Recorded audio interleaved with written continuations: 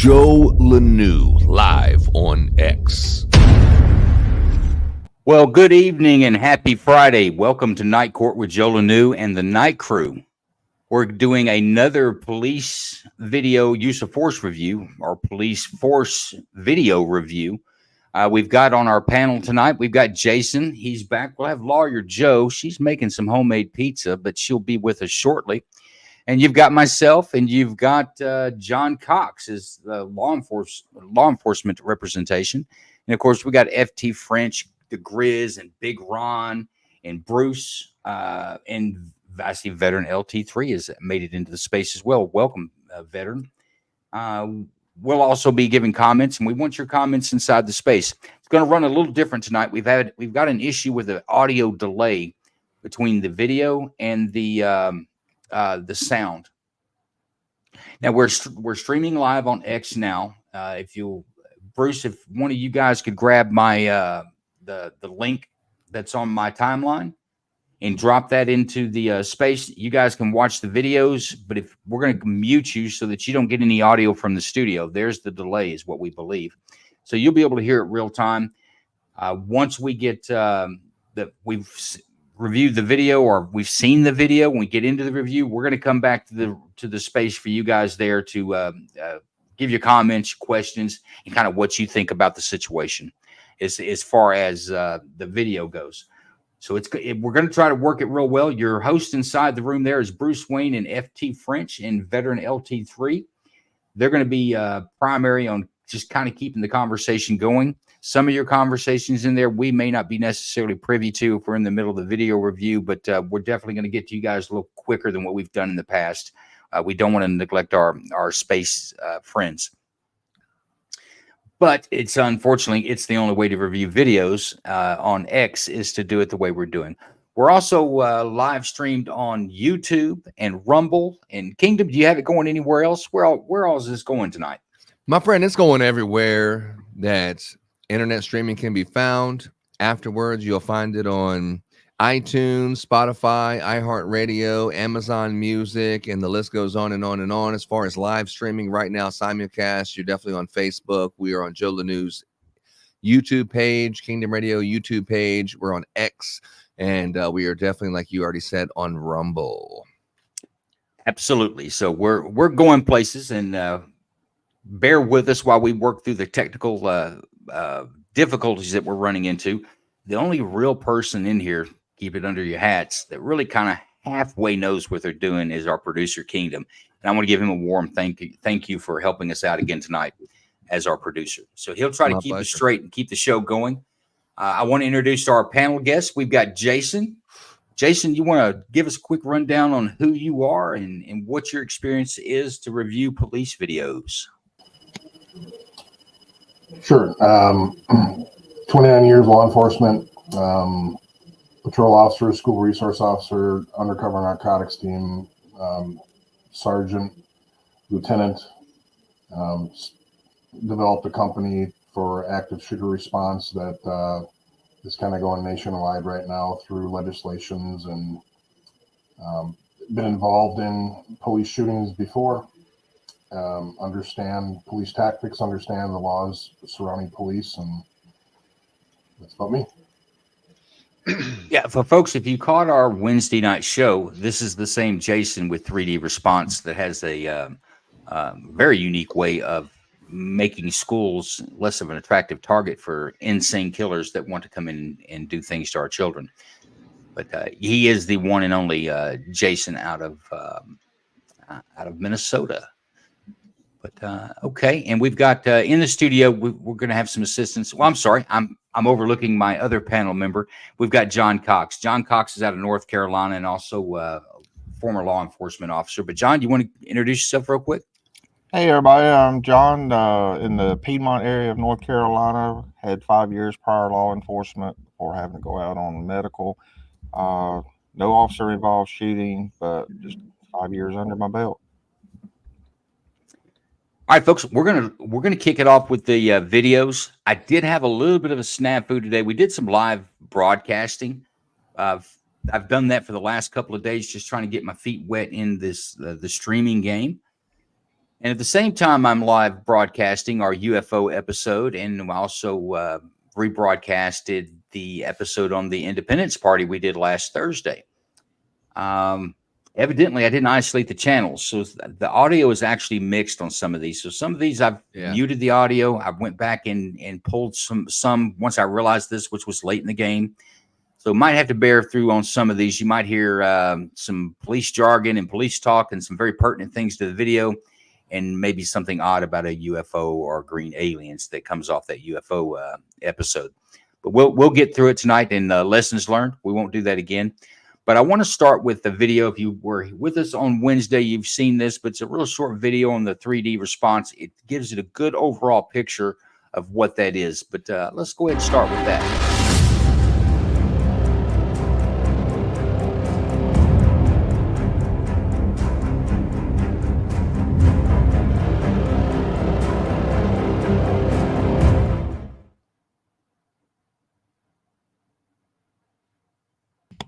And there it is. That's about how long it takes to finish that up. Although that seemed like that was maybe a bit short. Yeah. I'll revisit that again, Jason. We'll play that again. I think that video cut off short on us. But let's go to our first video. This one is out of Ohio, and it's not going to have any volume. It's kind of a short video, but it's going to be an interesting one. Hello. Before we start, we've got Lawyer Joe in. Lawyer Joe, welcome. How was the pizza? It's not done. Well, actually, it's setting up right now. It's really good. It's like Chicago style. It's really thick anyway. So I'll have to excuse myself for a minute to go get it in a minute. But it's really good. I'm going to need you to keep that to yourself. I hadn't had a chance to eat, so I don't want to hear about some delicious pizza that you're making somewhere Chicago style. So just keep that to yourself tonight, please, Counselor. All right. But, for those of you who don't know, a frequent panel member and guest in our spaces and our space shows is we call her Lawyer Joe. She calls me Cop Joe, but you could just call me Joe. But she's Lawyer Joe. She's going to represent criminal defense attorneys tonight and see if she can't pull out a civil violation lawsuit out on these poor law enforcement officers. But we've got some videos that should give us a good critique. Hey, Lanu. The first, before you get started, I did want to make one comment that the rebroadcasting of the live shows have been like 1 week, but the rebroadcasting of these live shows, just the other day, there was 1,200 people watching the same show, like where Jason was talking about his new technology, and there was 500 people watching that video live. There was 1,200 people watching the rebroadcast of it the next morning. So definitely the night court and the night court crew is getting a lot of exposure moving forward. So I just wanted to bring that up before you started. Well, I appreciate that. And everything you said is absolutely correct. We're seeing some great numbers on the rebroadcast. We're seeing great numbers on the live stream. I think adding video to the show gives it a different dimension. And you folks that are my loyal space audience, bear with me because we're going to figure out a way to draw you guys in, and we're going to be able to do it tonight. We're going to shoot out a link after our first video. There's a link that we can bring you into the studio so that you can participate and ask questions and give comments on these videos, because your opinion matters honestly to me more than any panel member here, because I think it's very curious how people see things in different ways. And those of you that have been to my shows before know that I do enjoy a different point of view, as one would say. But let's go to our first video. No sound on this one, but you're not going to need it. It's pretty quick. So here we go.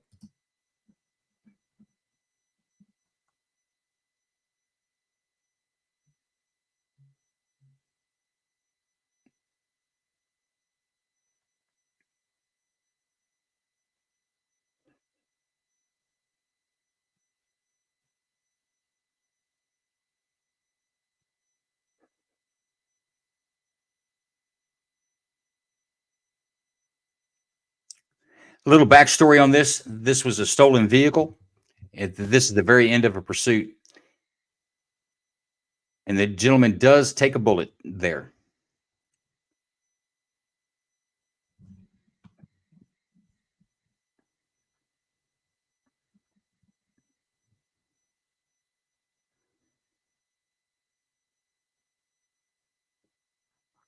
And this video is going to break it down. They do some slow motion and some stills there because that happens very fast. One thing that attracted me to this video, honestly, are the stills to it. It should be coming up here pretty quick.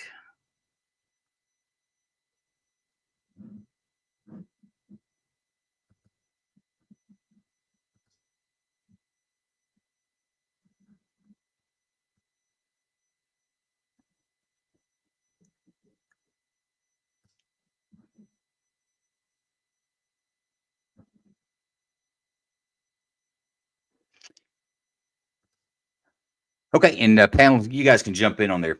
That's just as the officer was getting out of the video. This is a still from his body-worn camera. It's the same camera, the same picture that you saw when the video was moving. They've just taken the stills out of it. You'll notice in his right hand, he's got a pistol. So he is definitely armed. Looks like a left hand. Have a stolen vehicle after a pursuit. It's his left hand. Details matter. Advance it a bit more. That's as the officer's running. Now think about it. The camera is on the officer's body. That's how close this pistol is to the officer at this point. But it's happening fast. You guys saw it in real time how fast this was actually happening. So it's You not. can see the shadow. Like you can see where the cop's hands sticking out. Like, I mean, that's how close they are. Oh, you bet. And counselor, that's how shadows work. They're a mirror image. Well, thank you. I appreciate that. Actually, that's a good eye. I haven't noticed that, but you're right. They're in very close proximity to each other. So we'll go on to the next picture. And there's where he runs into the other officer. But he's still got the pistol in his hand.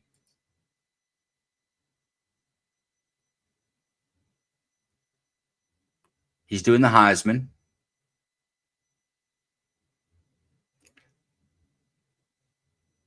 Is the video supposed to be moving? Now, these are stills of the body-worn camera because it happens so quickly you can't really see. Now, this one, I am curious. Did he break his leg? Do you see his right foot? Does it not look like it's turned 90 degrees the way it should be? Am I the only one that sees that? No, you're right.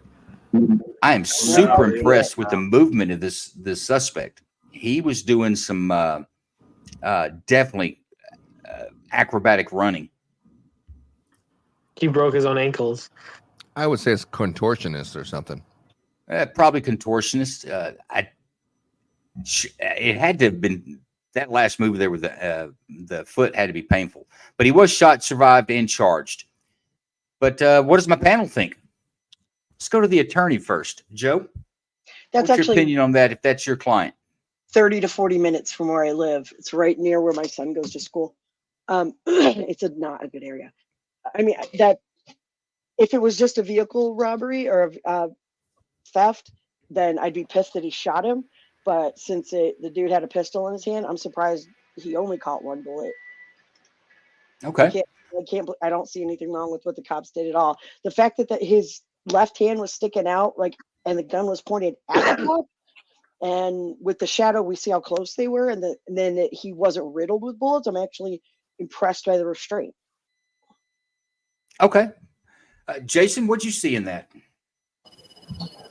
This is a great video because I think when I watched the first live, I kind of thought, well, I need more information. And the still shots really clarified why the cops did what they did. And again, I'll go back to what I said the other night is the priorities of law enforcement is to protect the innocent, protect bystanders, protect other cops, and then protect themselves. And the suspect is last. So the fact that I think if that was broadcasted on the news, just what the first video was, people would have a lot of questions. And then when you throw those still shots in there, everything kind of comes into focus as to why the cops did what they did. And in my opinion, 100% justified. Yeah. And Jason, you've said something before that I 100% agree with. It's that there's a texture to these type of situations. There's more your body's taking in more information than your body can almost process. When you watch the video, there are things that an officer is going to pick up on. And I don't know if it's a visual sight or if it's just you could feel it. But the officers seem to have a better idea of what's going on there that you don't really get out of the video. You can't hear it, you can't smell it, you can't feel it. Yeah, you can't. Something about the look in people's eyes that doesn't come across in video that it does in real person. And I think you're right. When you look at this in real time, you can't really appreciate what the officer was experiencing being that close to the subject. But let's go to John. John, what was your opinion? So in the beginning, before the steals, I was like, I didn't say anything. Like he wasn't pointing the gun, but when you got to like the second steal, he had the gun still in his left hand and he was pointing at the plainclothes officer. And then it looked like as he turned, he may have switched hands, and it looked like to me he was pointing the gun backwards. Obviously, he didn't know where he was going to hit, but it was pointed right at that officer with the body worn camera. So it was a good shoot to me, from what I can tell. No, and I agree with Lawyer Joe on this. I think there was some restraint shown by the officers that still, honestly, doesn't give what was really going on there justice. I don't believe the suspect was necessarily pointing the gun at the officer. I think he was swinging in his arms when he run, but that's just where the still catches the. If you just look at the picture, you'd think that the suspect was actively engaging in assaulting the officer, when I don't think that was really the case. I think he was trying to get away, but the problem is that gun in his hand, and he did take a wound, survived it, and went on to pay his debt to society and go on to do bigger and better things. But FT, I want to go to the room. Let's see what we've got in the room. And folks, Walt's in there. He's more than welcome to listen to our show and observe it. But let's not give this gentleman a mic. I don't want to hear about his parents and his disruptive childhood. I want to hear the rest of the story about what happened. I do not want to hear the rest of the story, but we could do another space with just you and he if you'd like. I'll set it up. Yeah. But FT, looks like we've got some questions in the room. Let's go to them. Go ahead. Yeah, not a cultist. Let's start with you. I don't really have any questions because from what I saw, the officer is perfectly in the right to defend himself.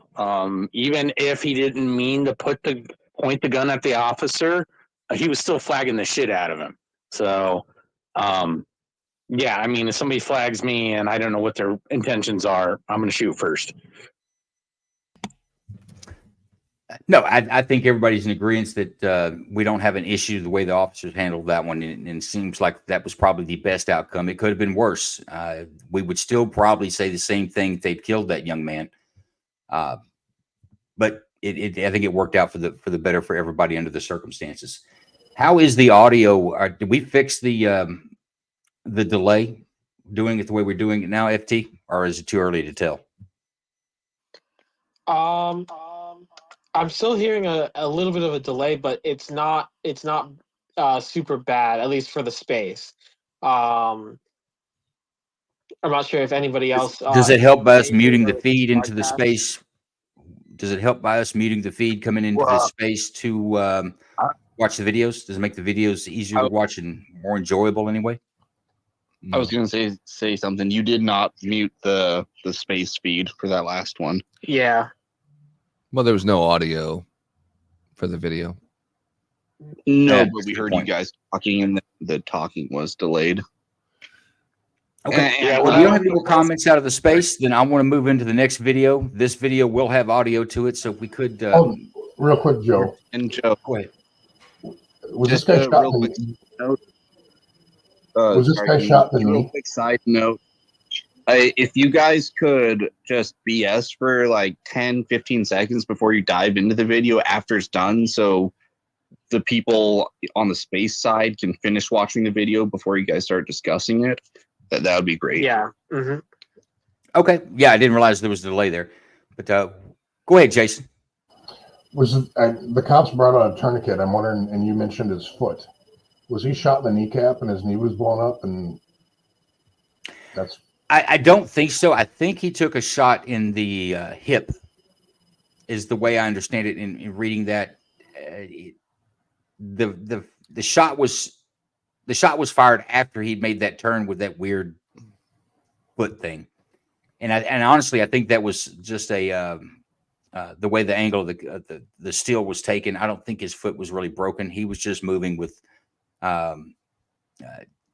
It was like an interpretive dancer. He was doing some moves. Arms were going. His body was contorted in 3 different directions, and he was running like your best running back, in my opinion.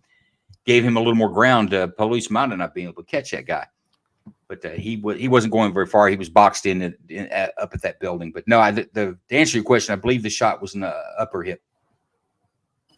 Okay. All right, guys, we're going to go to our next video. This one is a little bit longer. The audio's to it. I encourage everyone to pay attention. You're going to have to really try to take this in. There's going to be a lot going on in this video, but it's a good video.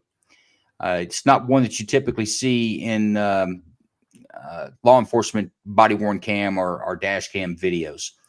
So let's go ahead and go to it. And this one does have audio Kingdom. If you'll mute the space so they're not getting the double back feed. He wants you to talk for 10 seconds after you start the video. No, 10 seconds after. Some pillow talk. Yeah, after. Oh, He wants pillow talk afterwards. He doesn't want it before. Okay. You want pillow talk. I know. It's like, all right, wait, I need the stopwatch. I tell you what, y'all just need to hold that pillow talk until after this is done. All right, That's how we'll burn sweetheart. up our Just give 10 me seconds. 10.3 seconds. I got this. That's all it takes. Here we go.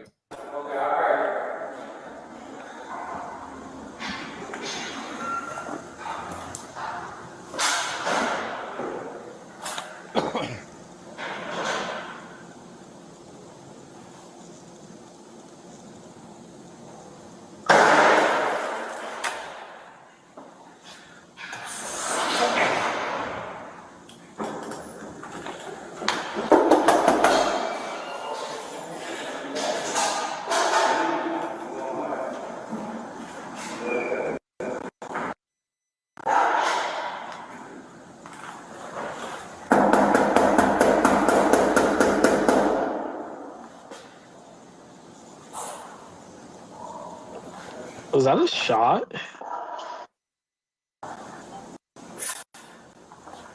It sounded like maybe someone in the front. And guys, anyone in here with Mike, this is a good time for us to discuss one of our styles as well. Yeah. Happy,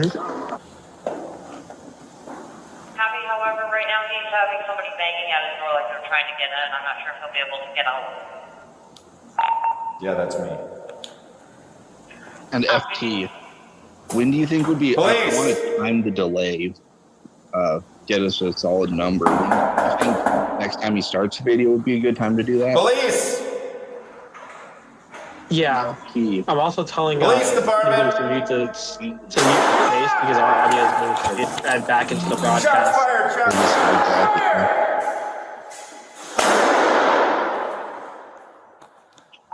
Shots fired inside the north stairwell. I'm not hit, but they're shooting through the door. Copy, officer needs help, 904 21st Avenue. Call responding squads to channel 1. Upstairs!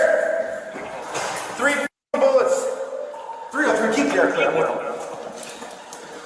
Yeah, right here? Yeah, right there. Okay. Police! I'm very worried about the cat right now. Police! That's what the fire department's for, the cat. Come on, stay back! Stay back! Close the door! Alright, 303 responding squad. Hey! Go to the south side!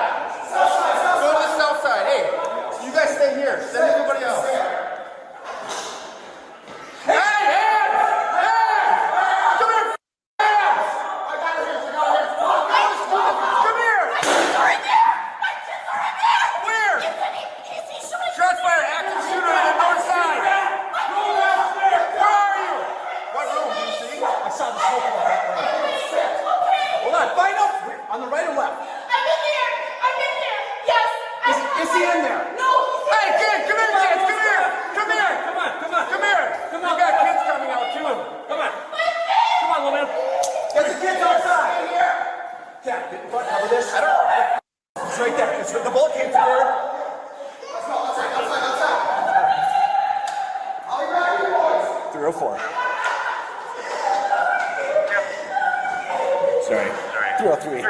Get me a rifle or two up here. Shots are coming from apartment 318 on the northeast corner. Police! Shots from 318 northeast corner. Here. Rick. Yeah. What the fuck? We're good. You got a rifle? Get it out that door. 318? 318. I need barricade or something.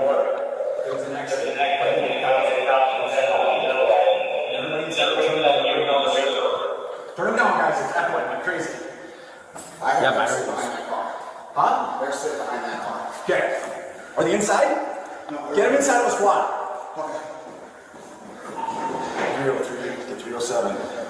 Please bring me a shield. And if we got a police appropriate reason, please.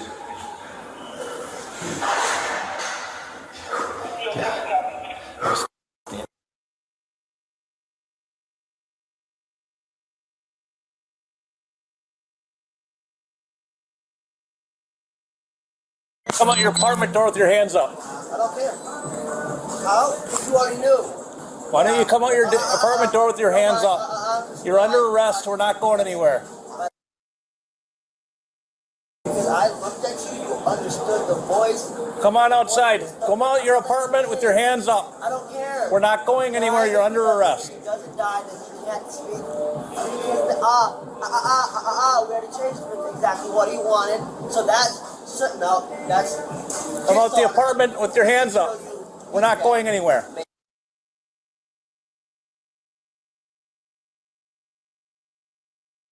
Go out the apartment door. Keep your hands up. You're under arrest. We're not going anywhere. Mr. Sundberg, we need you to come out and cooperate with us. We don't want to hurt you. We just want to go home. We want to make sure you get the help you need. Come on out. Come on out.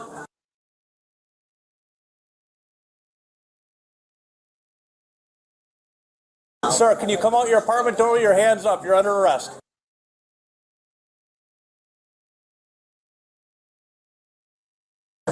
He's talking to somebody on the phone. He was very uncooperative with me trying to tell him to come out the apartment door with his hands up. Come on, come out your apartment door with your hands up. Who you are before I let her shoot. Minneapolis police, you're under arrest. Come out with your hands up.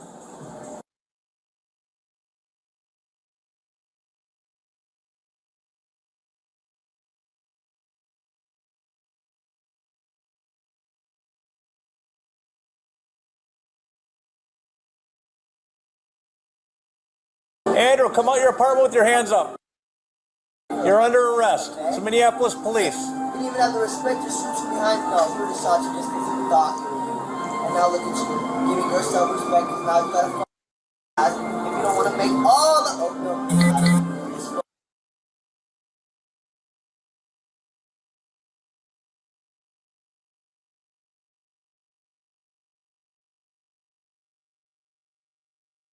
Iceland?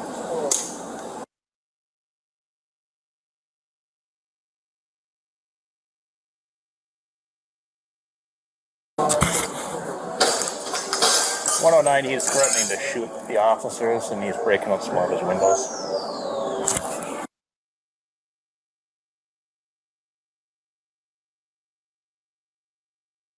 Hey Conan, just make sure you are not.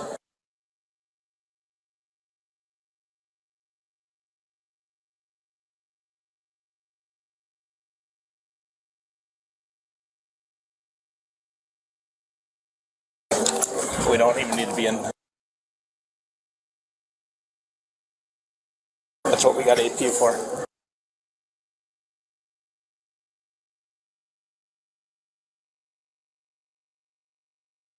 In fact, Conan, why don't I have you go over there? There's a gunshot. 109 shots fired, 2 shots so far. 109, he's threatening to shoot the officers and he's breaking up some of his windows. He just went ducked in.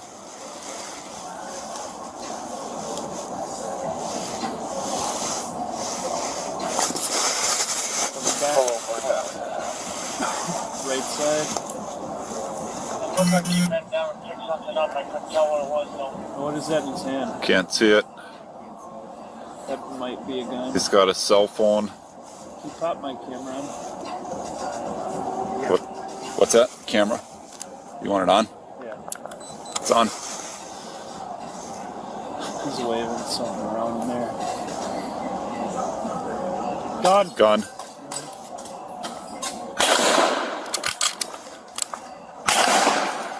One of nine, there's 2 shots so far. He shot.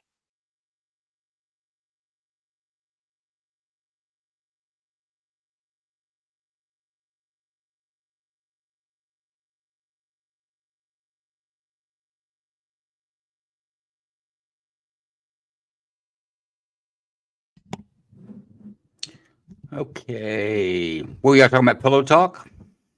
Now's the time to have it. This will be the best 14 seconds of your life, girl. 14 seconds. Is that all it takes? Yeah. Yeah, there's some discussion. Larry Joe, would about you about the is the broadcast up to speed? I don't know what that means. Is it up to speed? Okay, I think. Has it been 14 seconds? Or How do we know when we're synced up? Because I hear they're here. I'll turn down the space for now. I'll put the our show back in there right now. Boom, go. We're live in space again. FT, we good? Yeah, we're good. We're synced. The broadcast is again with the lag, but we're done watching the video now. Okay, that's why you asked us to delay about 10 or 15 seconds before we started talking about the video, because you guys are still watching the video, right? Okay. Yes, sir. A lot going on in this video.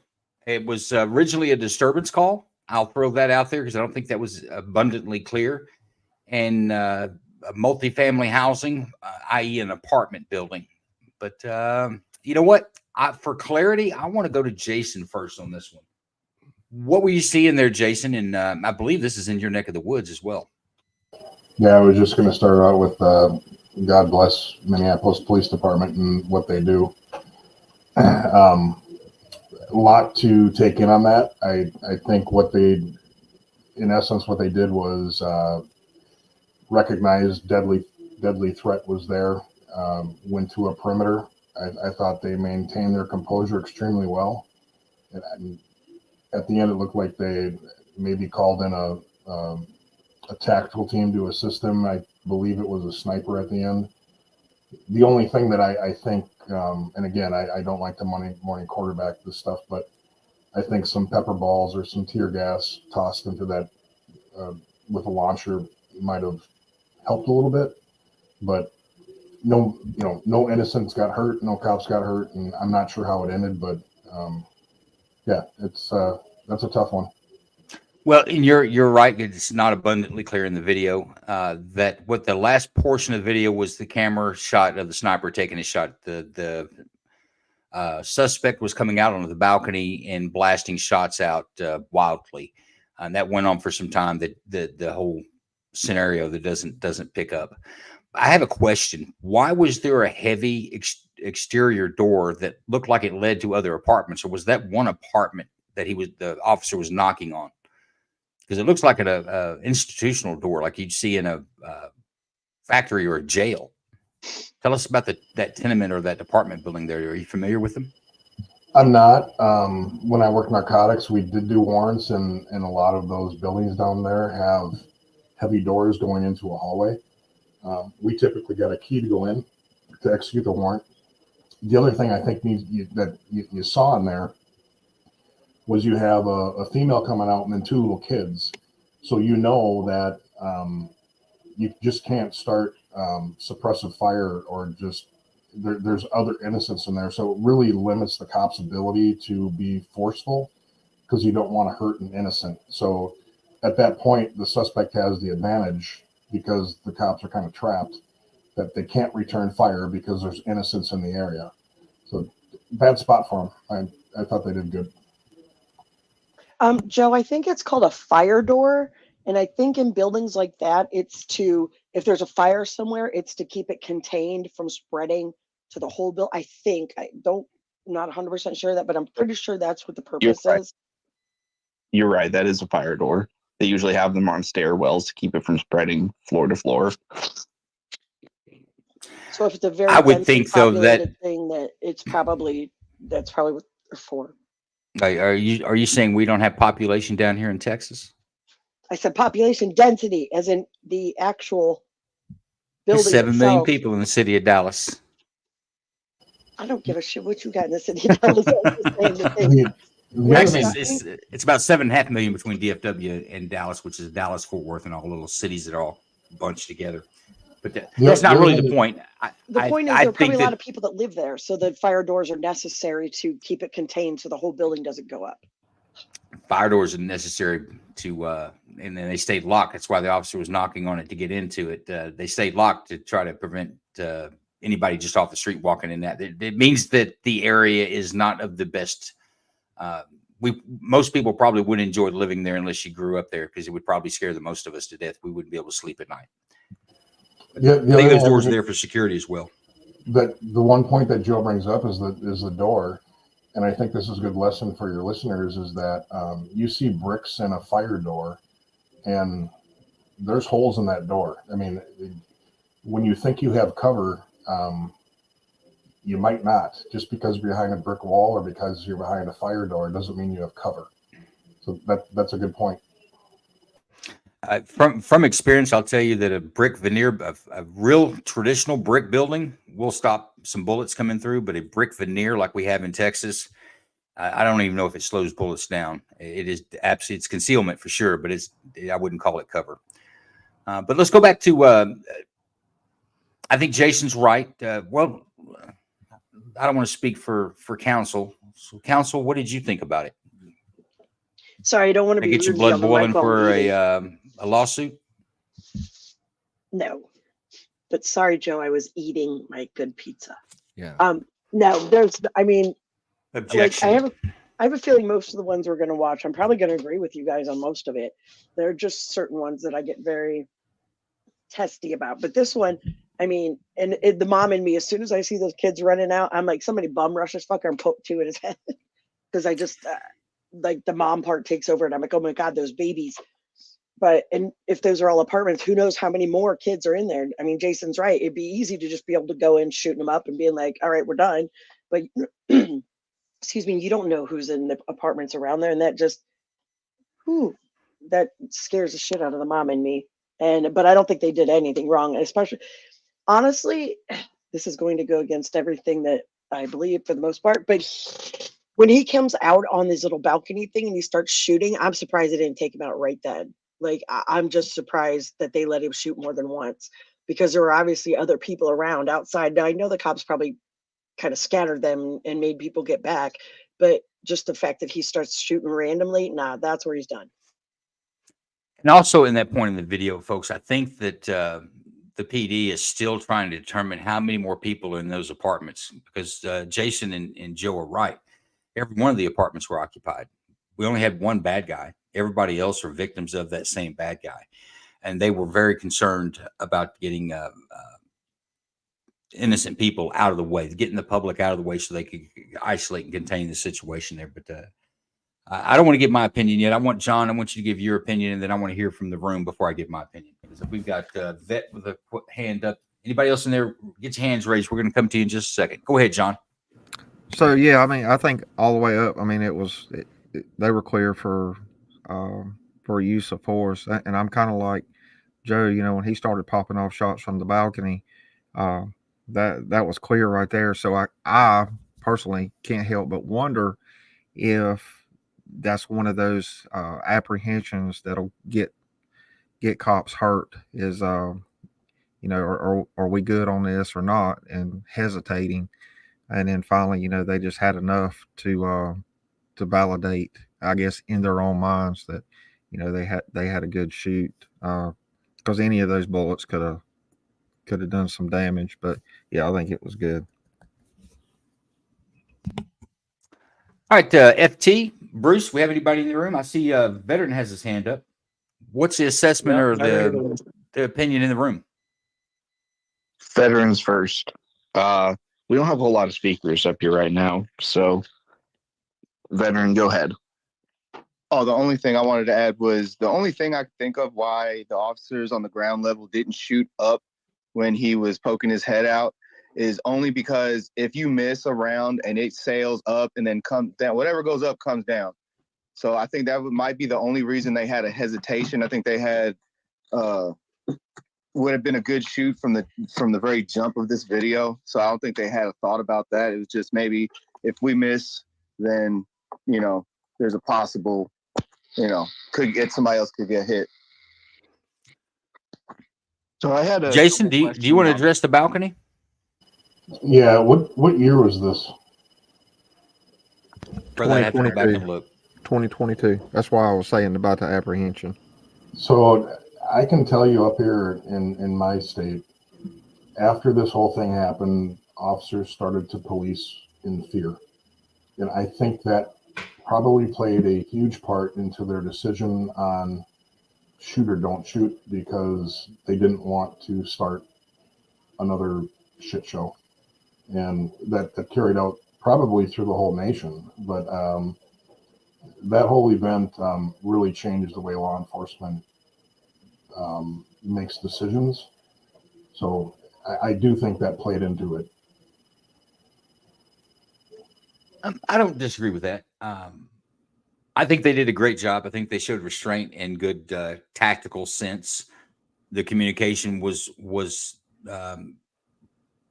probably about as good as it gets in a situation like that.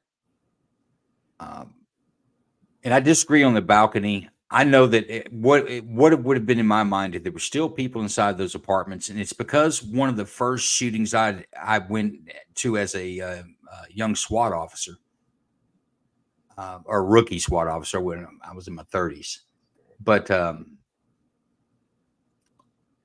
was a brick facade apartment building, and even pistol rounds were going through the brick and going through sheetrock and entering the apartments because there's if you can imagine an apartment with a common wall to another apartment behind it, you don't share your back to back, so to speak. I think every round that hit the front of that apartment went all the way through and ended up in the back apartment, which was unaffected. If you'd been in that apartment, luckily was nobody there at the time the shooting started. If you'd been in that apartment, it would be a miracle that you walked out of there unscathed, and really be a miracle if you were alive. Even a wound would be a fortunate thing. But I think that would be in my mind if I'm going to shoot up in that type of situation. To me, that's what it looks like. Same thing. And if we're still pulling people out of apartments, then who's to say my bullet does miss but hits the brick veneer, goes through and hits a child or something in the head. But either way, I think the officer showed great restraint. I think it was a good deal. I've got nothing negative to say about it. But that being said, my criteria for selecting these videos is a simple YouTube search. I don't go look and I don't pick them. The first video that I come along on the search that is clear enough that you can see what's going on, it makes sense, it's not too jumpy, or if it doesn't have someone else's narration in it, then I select that video. So I'm not picking and choosing the videos I get. But I think we got fortunate today. I think we were able to get a one that I think we've all got something good to say and maybe got something negative to say about it. But let's go into it now. Now, I'm leaving the audio on this one, so you guys may hear something about UFOs. You may hear something about another episode, because when I took these recordings and was doing the editing, I didn't separate my sound source. By the time I realized it was too late to go back I'd have to go back and redo each video. So I won't make that mistake again, but you need to hear the audio on this one. And here we go. I mean, whatever it is, and maybe a longer video. But I can. What do we think about it being a hoax video? Could this be? So I said, we're not going to lock them up. We'll block them in. Fake news. We're not going to lock them up. He's like, oh, we'll take that. Like, they don't want to bring them. Good. When you look at the news, congratulations on you. I don't know. All right, since we've got some background in there. Oh yeah, I can hear the audio over it. Yeah, since we got some background in there, let me kind of talk you what this is. This is a suspicious person call. This is a public parking lot this person is sitting in. law enforcement officers stop and make contact with them, and this is their contact in initial contact. But if the car's off, it's hard to tell from that. I'm not worried. Looks like a transformer. When it It looks like a movie from Star Wars. Yeah, exactly. when the camera pans out, it really there's Okay, so she takes documents. I want everybody to make note of where how she parked. We're going to talk about that. That wasn't cool. you can't see what's on the other side of the platform.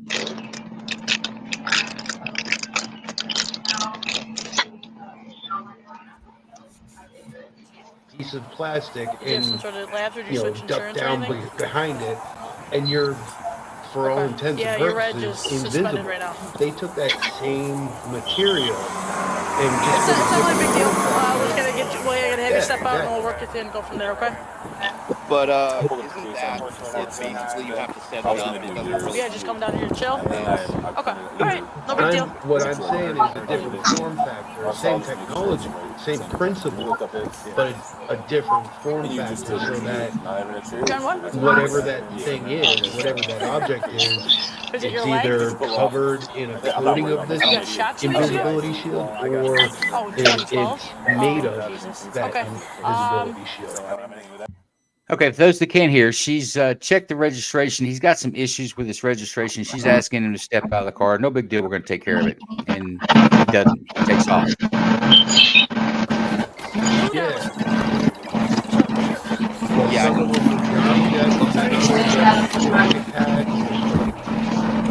Didn't appear that he was on the ground. Quite a bit of noise. Didn't appear anyone on the ground was alarmed by it or taking it. Well, if this hey, veteran, mute your mic.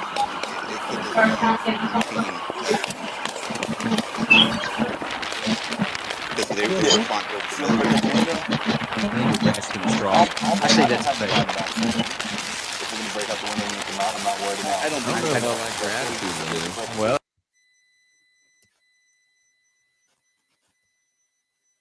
Are they shooting? Oh wow. Yeah, do we want to talk about that yet, or we want to continue? Like it, yeah. Let's continue.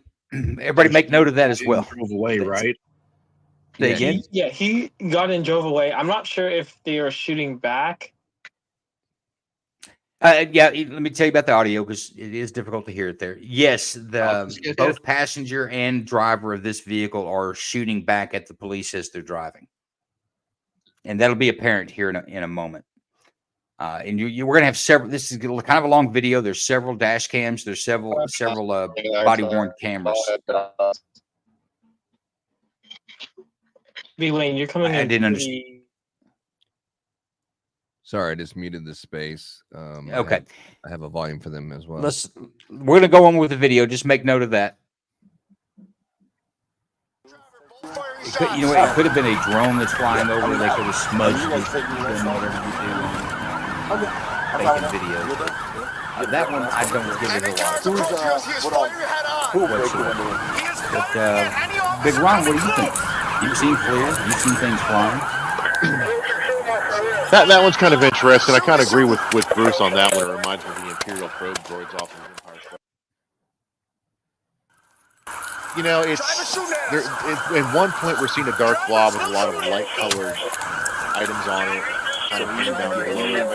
There's other areas where it almost looks translucent, which I thought was interesting. I see what Sophie was saying with that shoot. I've seen videos of that before, where at a distance it pushes the light wave around you for all intents and purposes. But I don't know how well that would work on a moving object. I think it has to be closer to spec for that to work. I'm not sure. I don't know a whole lot about that technology, but my buddy here that's in the show, he made a comment that those jets, those are basically RC jet engines, ridiculously loud. I mean, super, super loud. We're talking almost 200 decibels, so people would be hearing that. I mean, it could be drone using prop, but then again, that would be loud. Some departments carry given the shape that it looks round, you could have something that's helium filled and be using a very small pusher prop to push it. That could be feasible. that would be quiet. You would be able to get a decent lift capacity. So that could be something to look at. I'm hearing BS. What's going on? I'm going to advance it because that part is only good for its audio, and the audio, my apologies, is fouled.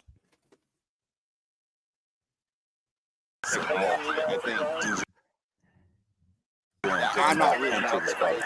So you gun face the guy in front of his house. It's much more likely to be our tech than the ones that were in the game. Obviously.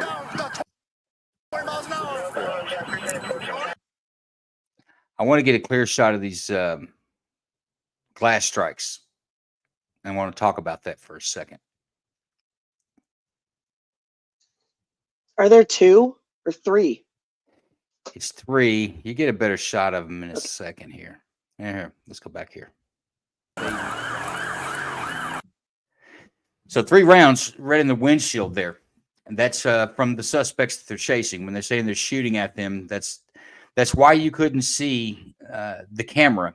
That's how long the officer was laying down and driving to avoid the strikes in the windshield by projectiles or bullets. Jason, how lucky are those officers? How lucky is the driver? Extremely. Say again. Extremely. Extremely, absolutely extremely lucky.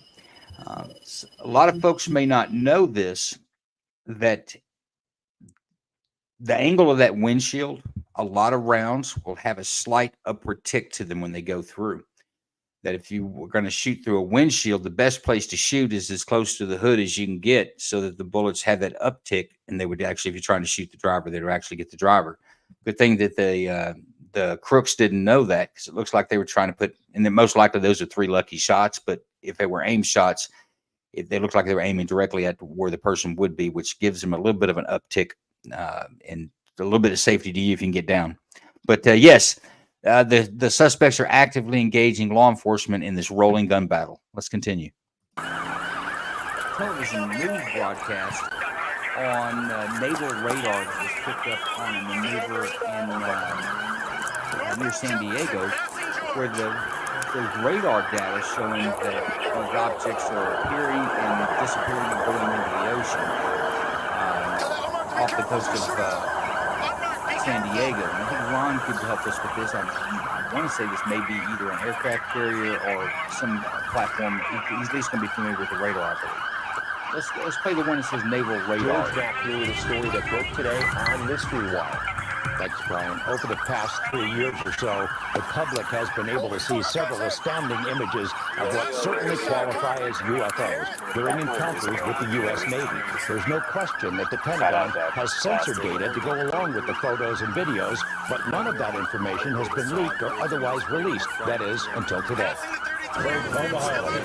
For 2 long hours on the night of July 15, 2019, the crew of the USS Omaha detected on multiple sensor systems unknown objects that surrounded the ship as it moved through ocean waters west of San Diego.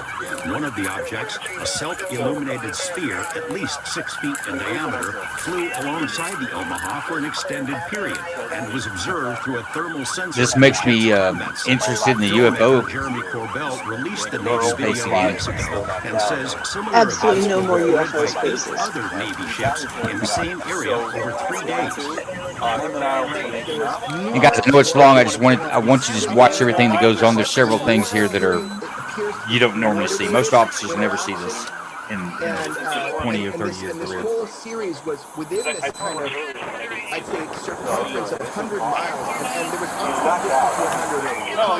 In the last 3 years, the Pentagon has reluctantly confirmed the legitimacy of UFO images captured by Navy ships and air crews, including these photos taken off the coast of Virginia and the better-known videos, the so-called Tic Tac incident and the gimbal. But other than the images themselves, there's been no release of censored data to buttress these cases. There is now.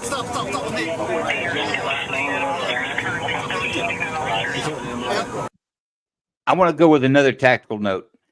Pay attention to what you hear as gunshots, what that sounds like. That's literally you're hearing the bullet impact. You're not hearing a report from the actual muzzle itself. It's not like bang bang in the movies, so you always know where the bad guy is. You don't know it's really happening until they strike, and they strike just that fast, and that's what it sounds like. It's kind of once you've had that experience, it's kind of surreal to think about that you really don't hear the pop of the rifle or the pistol. You just get the impact portion of that. So it's not necessarily anything that you did that keeps you alive when it surprises you like that. It means your bad guy missed. Hey, Joe and Jason, I have a question. Do they use any special like ballistic film or anything on the video or on the videos on the windows of cop cars? No. Because they make like a film now that's like it helps. Yeah, they also have Bearcats, those armored vehicles. When we pull those out, everybody loses their mind. I just don't understand. No. I mean, that's one where you would You're think not gonna get that. It's not cost effective, and the film's not going to stop a bullet. It just stops the glass from breaking, and the windshields already have that attached to them.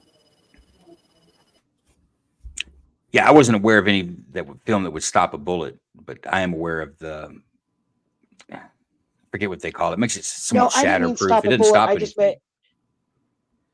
The film that I don't remember where I saw it. It was a story somewhere, but it's like a ballistic. It's almost like a plexiglass type of, those kind of things you put on your phone that are almost like a tempered glass. There's Screen something protector? like that. Yeah, but it's like a tempered glass thing, and it prevents it from shattering. So it's not going to stop the bullet, but it's going to prevent glass from shattering and like coming in your face. Yeah, and those only withstand about 90 seconds to 2 minutes of beating on them before they shatter. It's basically something that turns a normal piece of glass into a windshield of your car, and that's why when you saw those bullet holes, the glass didn't shatter. It maintained its integrity. It just impacted that one point, and the film did its job, but the bullet still came through. Right. Okay, I got it. Thank you. And I'll tell you that is a benefit, because that windshield spider webs. I've never done it myself, but I've heard stories of officers pulling over and putting their feet there to kick the windshield out so they can continue the pursuit in a situation like that. Or I don't know any officers been through what we're watching here. I'll tell you that right now. I've never heard a story like this, and I haven't any experience in myself. But that windshield spider webbing up is a big issue. But I think when that's happening to you, getting a little glass on you or the windshield breaking is probably the least of your concerns. Being thankful that one of those bullets didn't impact your chest is probably the biggest thing. But let's continue. But pay attention to the sound of the strikes. Those aren't muzzle flashes you're hearing. It's the literal bullet impacting the glass, and the sound of that it'd be like throwing a rock if you could throw a rock that fast. All right, here we go. But we don't want anybody to get caught. Over a period of hours, crew members on the USS Omaha, which is located in the center of this radar screen, monitored the approach of the unknown objects, as many as 14 at one point, all around the ship. 2 different radar systems watched the objects and estimated their speed. I want to hold up. Can we go live into the space? James has got a question, and it could be about the glass. I don't want to get too far away from that. Broadcast audio as well. Let's go into the space and pull up James. James, They're what was the talking- question? I saw your they're hand up, talking brother, while we in were space. talking about glass and bullet holes. They're having a conversation about something else in the space. Okay. Very good. Thank you for having control of that.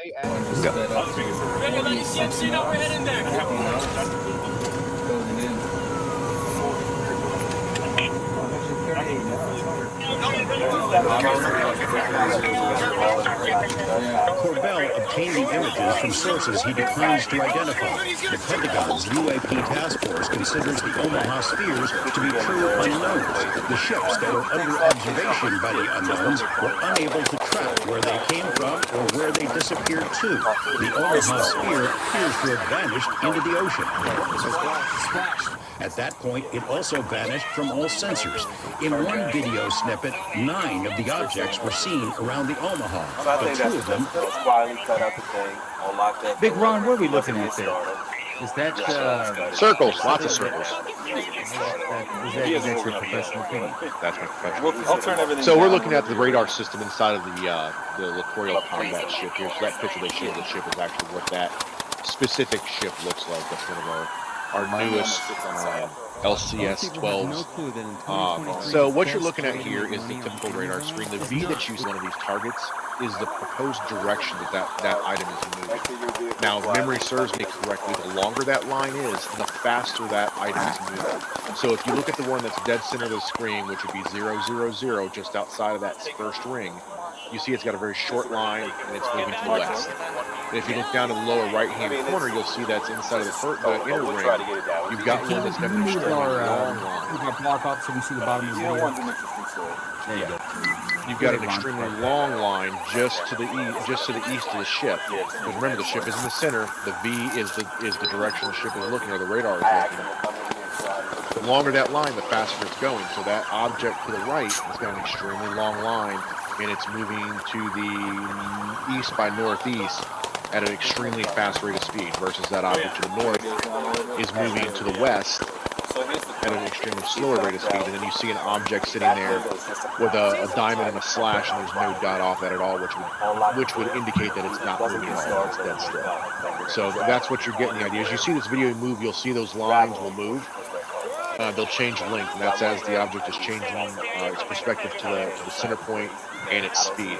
You'll also notice that the V, there's a little short line that comes out, and it moves left and right inside that V, and then a longer line will come off of that. That short line is the direction of steering, and then the longer line is the proposed direction that's off that steering arm, so they can see what the ship is doing. Okay. Let's play it and see if we can apply some of that knowledge to this. Dropped off, somehow invisible to 2 radar systems. And it supports the hypothesis that these are not just a balloon dropping into the water, or it's not something that is easily explained. These are true, unidentified, in mass number. And we'll talk more about that. That's what we're showing people, where you have radar. Okay, Ron. Remember, I got to unlock it. With the information you just gave us, it's impossible to these are balloons. So the balloons are going to be moving at a rate of speed that's going to have a dotted line that long, right? No, they're talking objects moving. I think at one point they were talking knots and increasing in speed, and then somebody else made a comment that it was at 156 knots and increasing in speed. So again, you're not going to see balloons that are moving that fast. For material to be that thin to be able to have a lighter than air ship, we start. All right, folks. That's the end of it. They do that one more time. That showed every angle of every person that got around that vehicle and put in a kill shot. They were deceased. They were DRTs, dead right there. So I want to go to Jason first. There's a lot going on in this. A lot of it.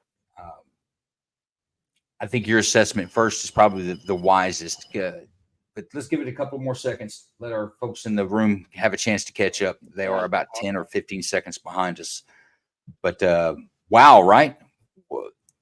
What did you ever seen anything like that, Jason? Not necessarily the details of the video, but just a situation like that. Have you ever been in a situation like that? Maybe that's a better question.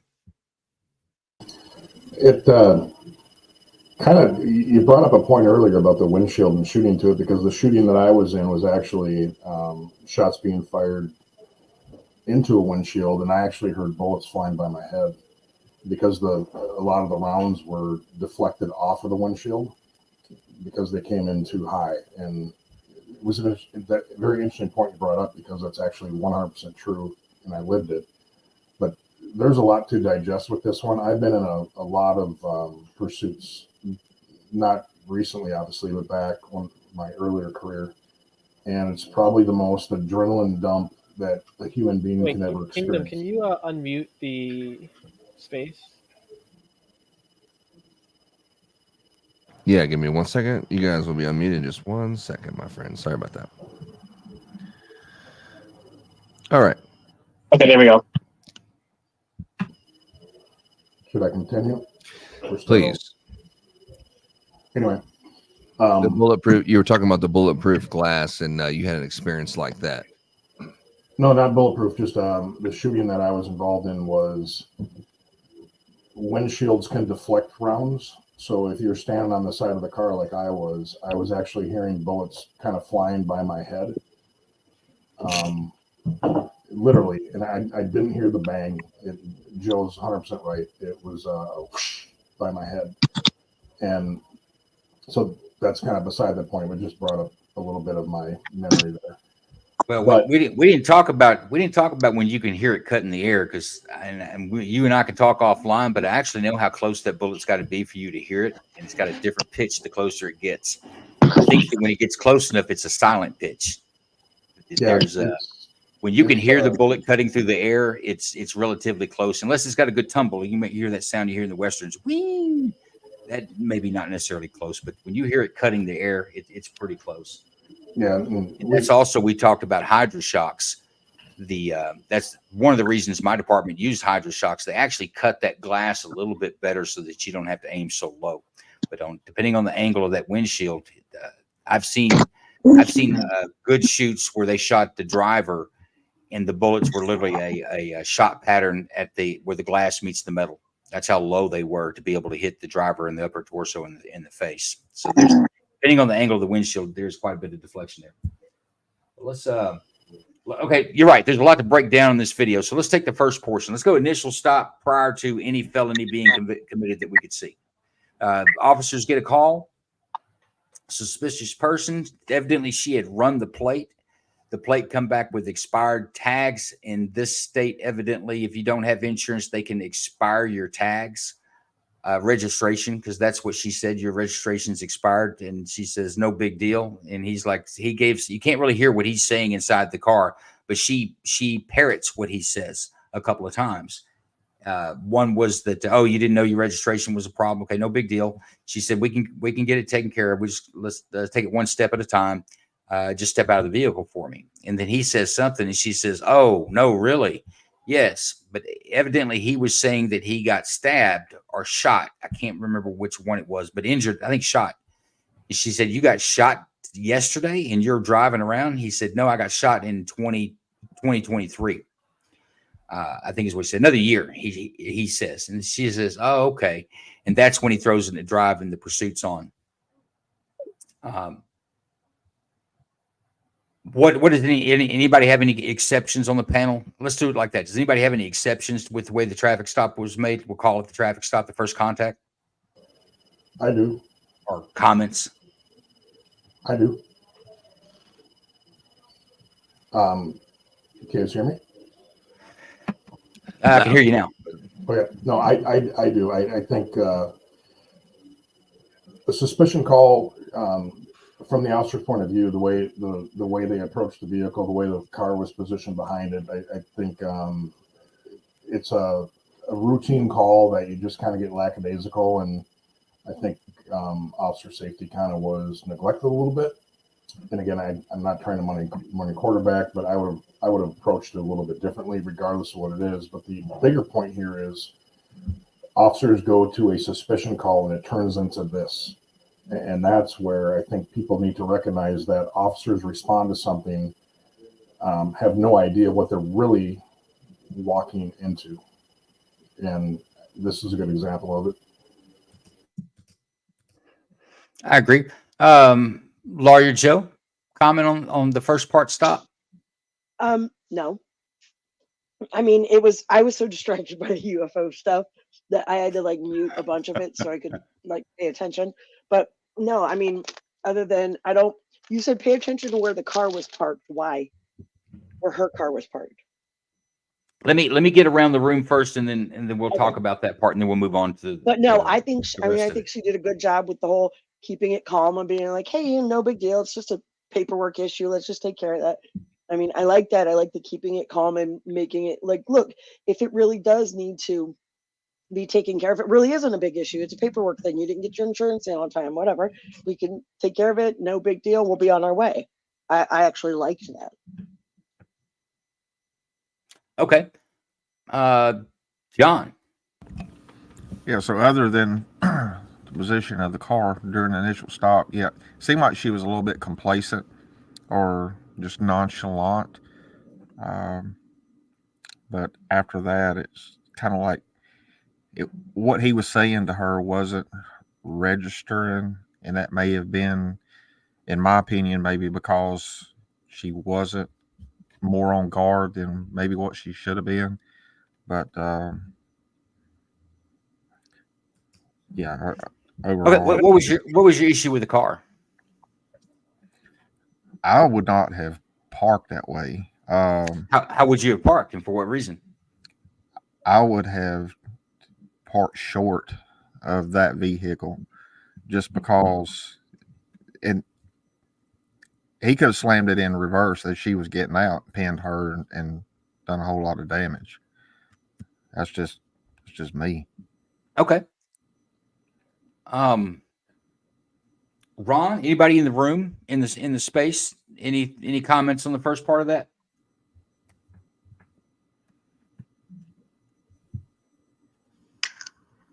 Yeah, anybody have any questions? No, just a comment that in this state of Kentucky, it's the same way. If your tags are expired or your insurance falls through, your tags get expired and your registration gets expired as well. So we have that here. In the state of Texas, we still use calendars to expire shit, but whatever. It works, I guess. All right, nobody's got comments. I'll give my comments. I think the stop was fine. I think the nonchalant attitude, I think, is not a bad verbal judo. You got to remember, if somebody's hinked up and they know that they either wanted before, if they're wanted for a warrant, and typically they know it before you know it. So it's a bit of a chess game being played in a situation like that. I think the officers did a pretty decent job. I don't like the way they parked the car. I think, one, if the shootout had occurred right there at that location, they would have difficulty finding some good cover. The only cover around that vehicle, honestly, tires and that engine block, but really the engine block is about the only thing that you can really count on stopping a bullet. That hiding behind the door. I knew of an officer that was shot in the throat from a bullet that was down deflected coming out of the light bar in a shooting. So that car is not good for you in that parallel position. I would have head in parked on it if I was going to come in behind them, which I probably would have done that as well. But I would have head in parked. It also gives me the advantage of I'm going to come back to my car and my squad and start riding. I like the people that I need to keep an eye on. I like them be in front of me because I can move my eyes to keep an eye on them. I don't have to move my head. So you can write, keep looking up. It's kind of hard for somebody to sneak up on you from the front anyway, in my opinion. But let's go on to the crook says, no, not today. That's not going to happen. They put it in drive. They jump over the curb, and then the pursuit begins. The next little scene we get there is one of those, the passenger female officer from the original stop. She's got her Glock out the window. She's running through the window. Actually, let's see if we can't bring that up and let's just kill the sound. Let me see if I can find that.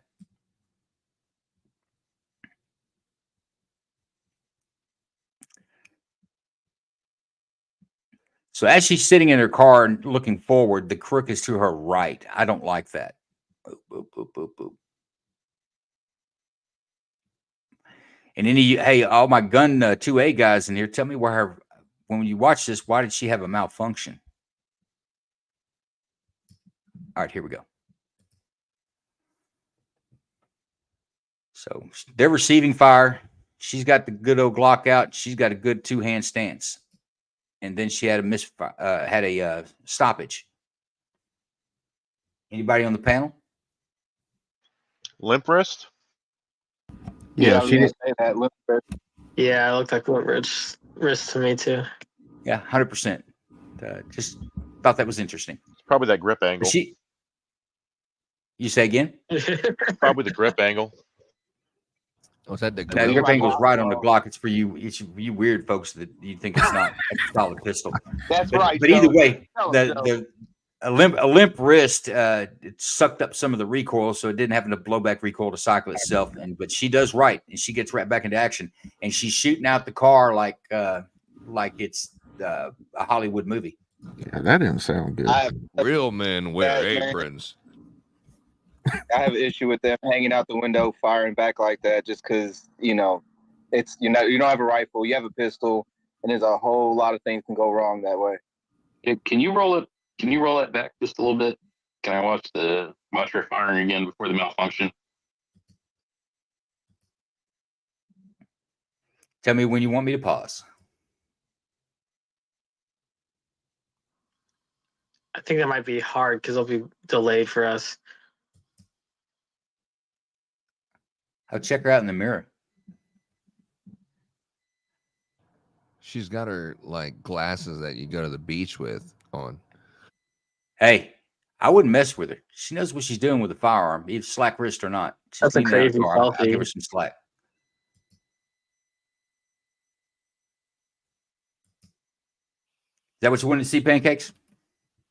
Let me know when you get there. Hey, by the way, I'll extend the invitation again. We can take some more folks in the studio. How many do we have in the studio now? 1, 2, 3, 4, 5, 6, 7, 8, 9.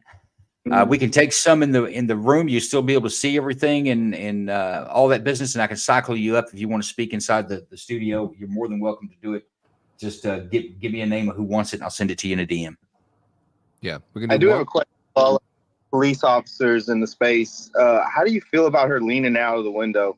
Do you feel any kind of too much of a risk factor there with the public? Let's pause that because I want to hear other people's opinion on it. Yes, we're gonna have a discussion about shooting from a moving vehicle and what circumstances that might be okay. But no other questions there, Pancakes? Do I need to advance, go forward, go backwards? Did you see what you wanted to see on her usage of the firearm?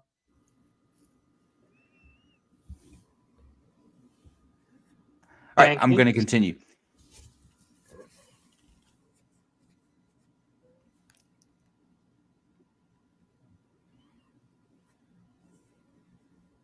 Sorry, my bad. I don't know how I got muted, but I was saying, can you run it back about 5 seconds before the malfunction, and then play it? Yes, sir.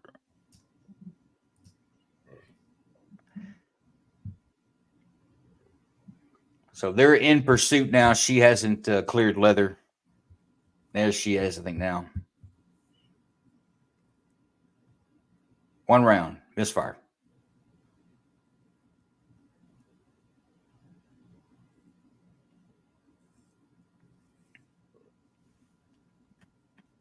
And she's aiming. I mean, she's not just hanging a hand out the window blasting. Is that what you wanted to see, Pancakes? It looks like she's behind.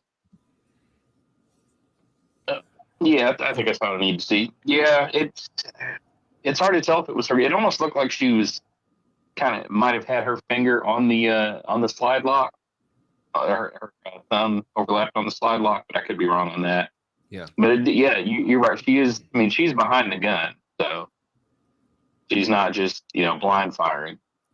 Lanu, it looked like she had her hand out the window and then she went to go take her head out of the window. And then you can see her, like her glasses were blowing off her face a little bit. And then she moved her head back inside and she kind of held it out the window for a second. And then she brought it back in. I'm not even sure if she fired again after it got jammed. Yeah, I think she rocked off one or two more after that, but she was aiming. She wasn't shooting blindly. And I'm not gonna gig her too much on a slack wrist. I think that could have happened to many people in that type of situation where you're at an odd angle. I don't know that any police academy for sure and regular patrol officers are getting trained on how to shoot from a moving vehicle. I'll say this: the elephant in the room. It's highly discouraged. It was against my department and policy. If I were going to engage. Shoot from a moving vehicle, I would literally have to have the sheriff's approval to do so. Well, it's like the Bo and Luke Duke or the Ace Ventura out the window. It sounds good until you put your face out of there like 60 miles an hour. You can't see shit. I mean, you know what? Let's hear from Jason. I want to hear from Jason and John on that. You both knew what your departmental policies were with this. What would have to occur to you for that to be okay in your departments? Go ahead, John. Try again, Jason. I can go first if that's what you want, but I've been in this position before as a supervisor when we've had pursuits going on. Not that there were shots being fired, but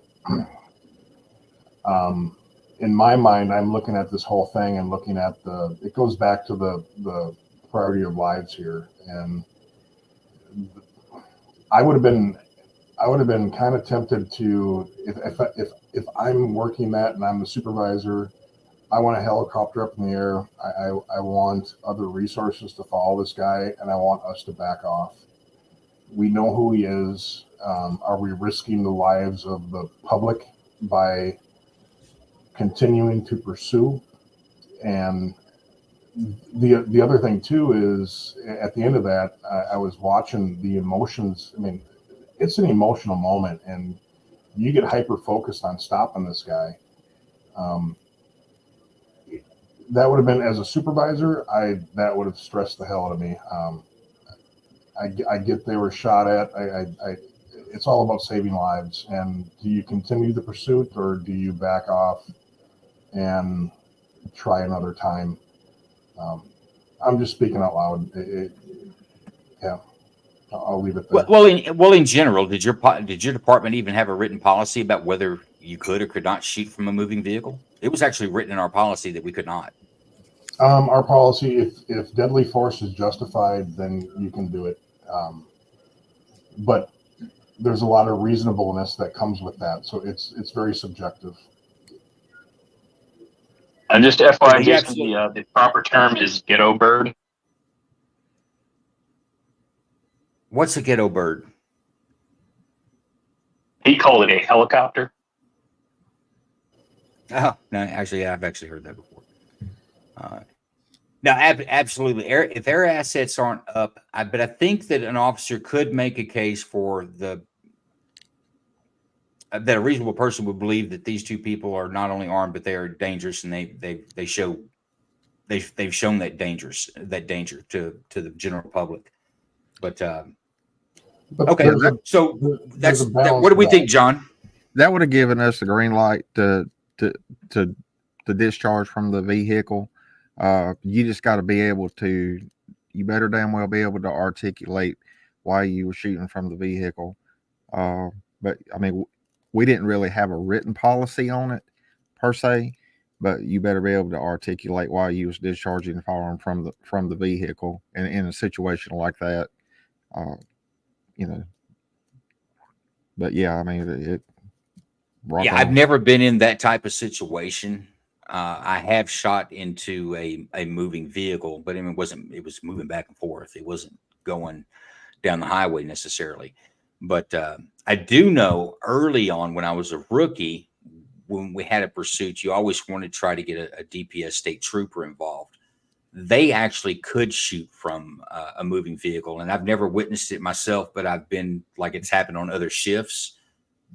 Stories of they'll come up beside a vehicle and hang a shotgun out the window and blow the back tires out of it. That was a common thing that Texas DPS used to do, but I think they've since changed their policy.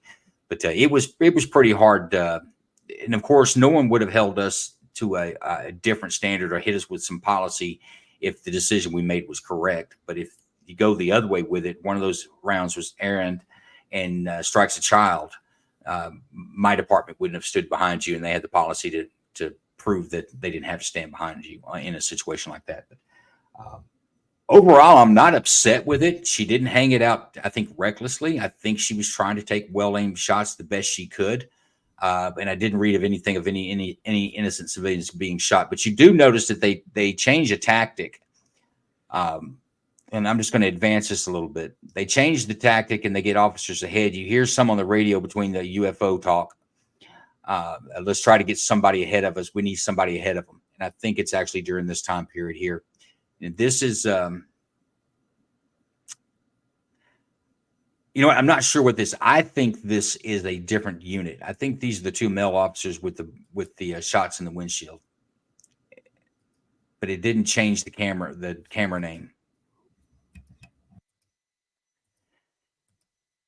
And we can talk about the windshield. Anybody wants to talk about the windshield? We've already done it. We can skip over that and get somewhere else. But there's the windshield. And if you noticed, the film that Jason and Lawyer Joe are speaking about keeps that glass still pretty clear with some not bad shot group. Actually, that's what also caught my eye. Jason, that's a pretty good shot group from firing from a moving vehicle. I think it's luck. But we also advanced through. Go ahead, Jason. I was gonna say I don't know where they're shooting through it. I don't know what kind of car they're in, but back window with a steady mount is easier than hanging out of the door. And I suspect that we don't get a good view of it, but I suspect that the passenger had climbed over the back seat and is going straight out the back. It was an SUV type, not a large SUV, but a smaller SUV type vehicle. Could have even been like a minivan. So you're right, shooting directly out the back. Still, either way, that's not horrible.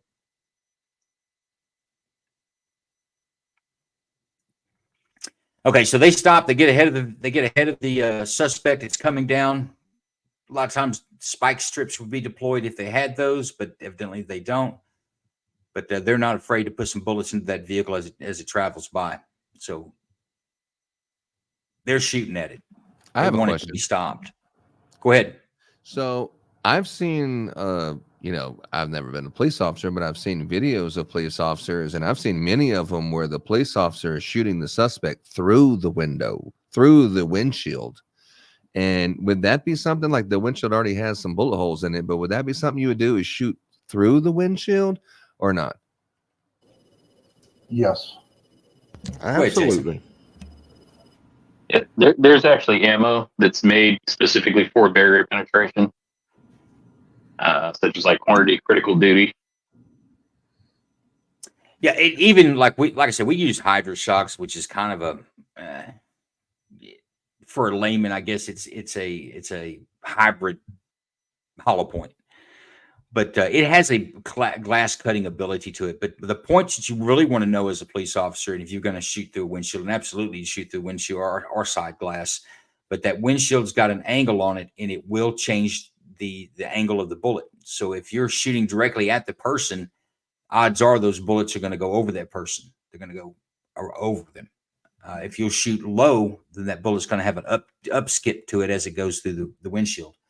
The one vehicle that I saw that was shot into like that from an officer that I knew, the strike of the rounds, and there it goes again as they drive by.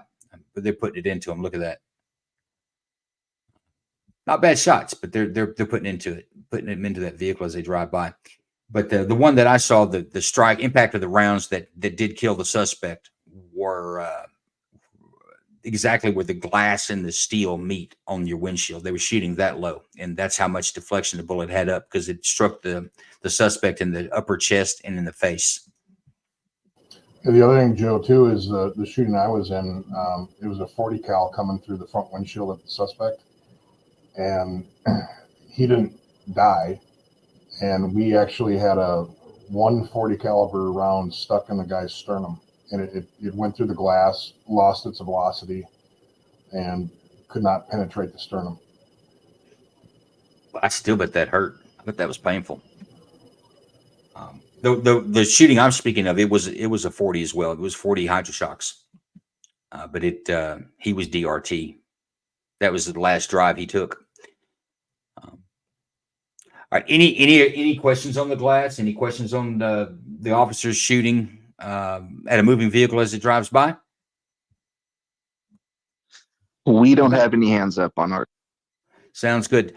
All right. Now they get to the end. The suspect wrecks out 1050s and is no longer mobile. Lawyer Joe, they didn't ask him to put his hands up. They didn't call him out of the vehicle. They didn't give these guys any chance at all. They were like hunting him. What do you think about that? Look, they didn't say stop or nothing. Let me see hands. Yeah, I think they were beyond that.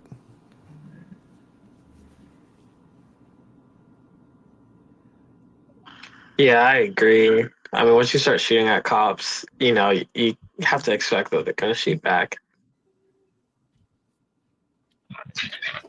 They weren't shooting at cops right then. They just had an automobile accident. They weren't shooting at cops then. The cops weren't returning fire here. That vehicle's still crashing.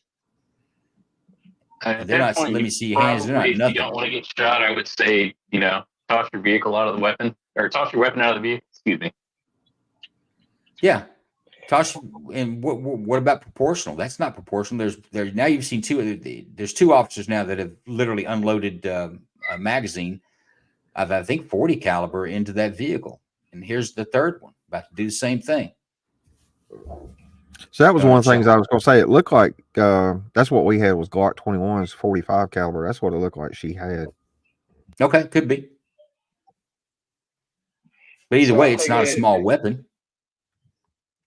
Look, they're sitting there like, is it coming this way? They're listening on the radio. Oh, yep, I hear it. I hear it. And look, it wrecks out, and now they're just running over there shooting at these guys.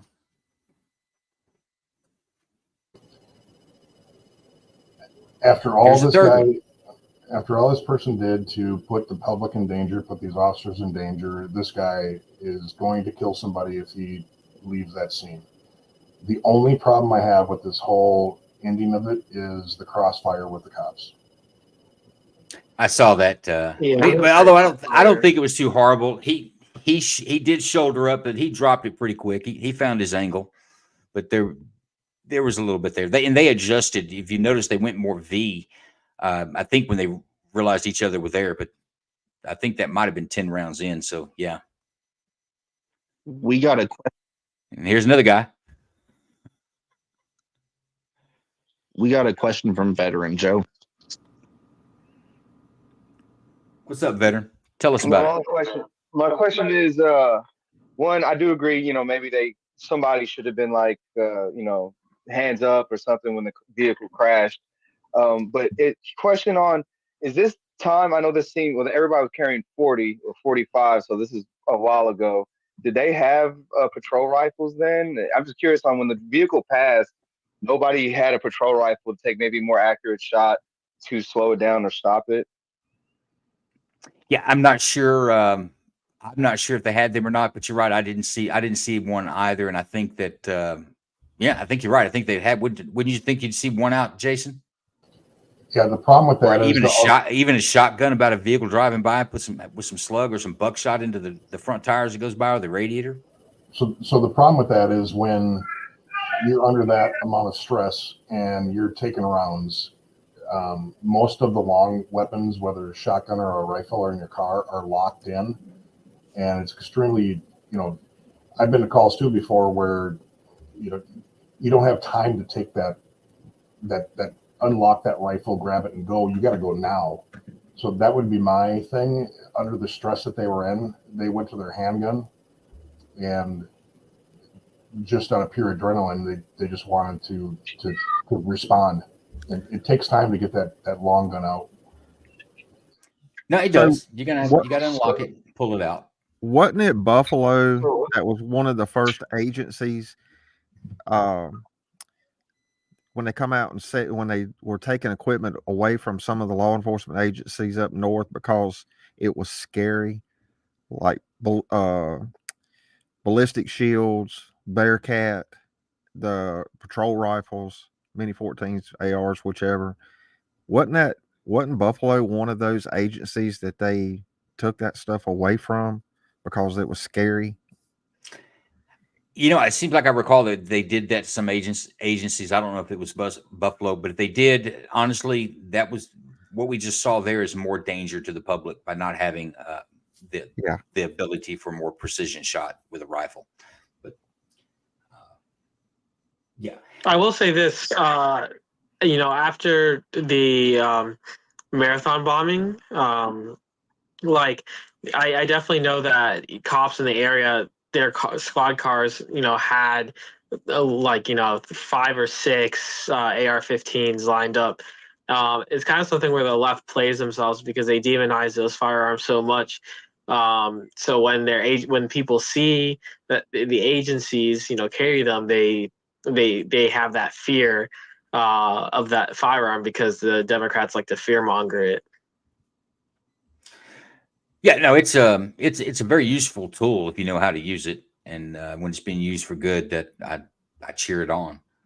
But, I think is and I played devil's advocate on it. These officers didn't do anything wrong. That's exactly what should happen into that, because what was going on needed to stop. The continuance of these two resisting arrest in the violent manner that they were, uh, just put an officer's life in danger. It put many citizens' lives in danger. Every round fired at this vehicle did not hit that vehicle. The other sad part about this is there's some person or a team of people that had to go out and do a use of force investigation for every one of those bullets that were fired that day and all those different locations. Can you imagine going down the street where a little girl was clacking out rounds?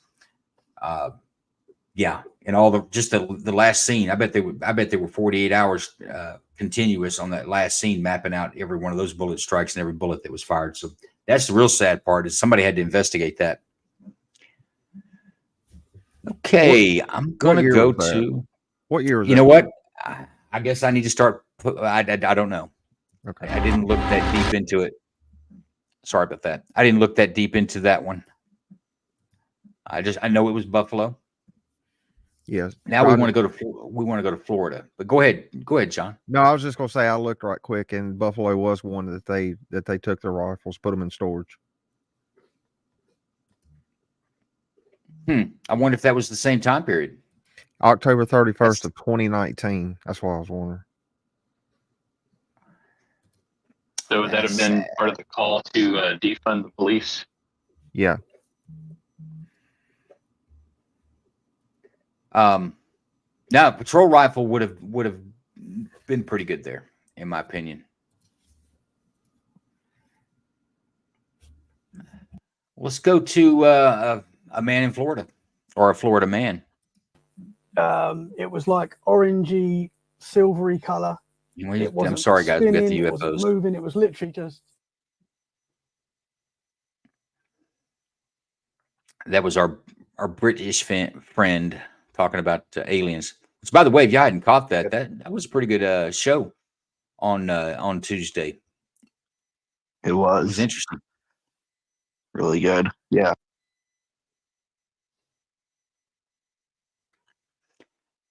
All right, I believe this is out of Jacksonville, Florida. This is Ron's stomping grounds. It's literally a. Wait, Joe, before we continue, can we desync the audio with the space? What does desync mean? Can you if you could mute and then both ways, and then we can watch from the broadcast. Yeah, I'll mute it right now. Do you have a link to this? I can bring it live in here. I don't have a link. Or just tell me what it is. I can look it up real quick and put it in there live without the second noise. My friend, I don't remember the name of the video. I captured it and gave it my own name. But when did it happen? What's the situation with it? If you'd like to do it that way, so we only have the one sound. It happened in Florida. I do not know what year. Florida police shooting? I'll Google it. I'll just stand by. I'll find it. No.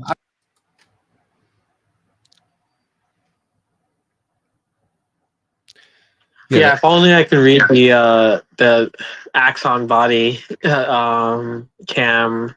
2022 2022. Okay, yeah, so like Florida shooting on that date.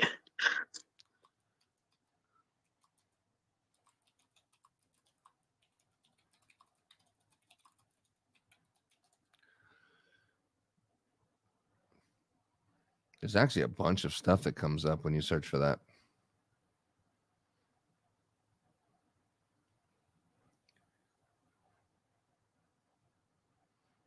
I found that Buffalo police shooting one.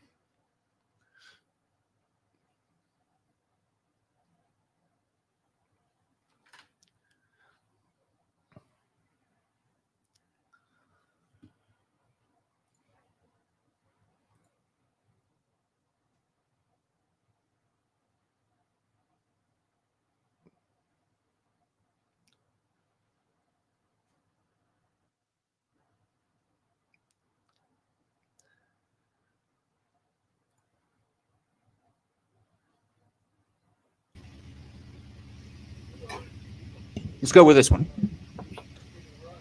Yeah, maximize it.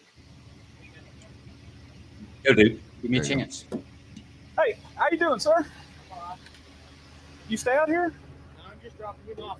Hey, let me see your hands, partner. Hey. What do you got? Hey. William 236, hold traffic, shots fired. 8500 East 41st Street, extended stay. Get on the ground! Get on the ground! Shots fired. Hands, let me see your hands right now. Hold on. Hey, partner, don't move. Don't move. He's still got the gun in his hand. Don't move. Hickey, back off, back off. Hey, don't move.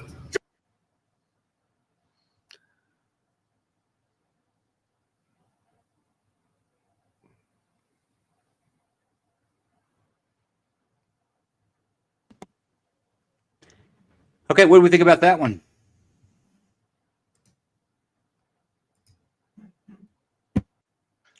I think he saw stuff that we didn't see. Did nobody see that? I did not. Ask me like what It was what? yeah. It was so fast. We didn't know like, the video is different than the cop's eyes, so he might have seen some, but it looks like he just shot for no reason. But obviously, he might have seen something or a gun or something. And no, I don't know the year or the backstory on that one either.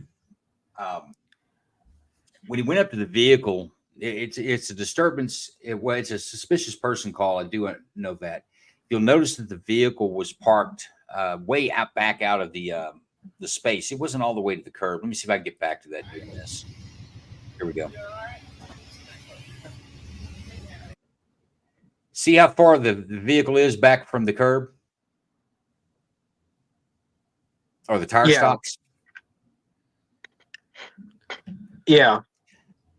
That's unusual. That would make me look a little bit, but I believe they have a suspicious person call. If you look over here, we've got our other police officer, but I'm not sure if they know where to go respond to, but I think it parked off the curb, made him want to make contact here. But this other officer is not ignoring these other two here, which makes me believe that it wasn't maybe a suspicious person called on the vehicle itself. But watch how he does it. He stands to the back, and the windows are pretty tinted, so it's hard to see. I don't know if he can see in there and know that there's two people inside that vehicle or not. Excuse me.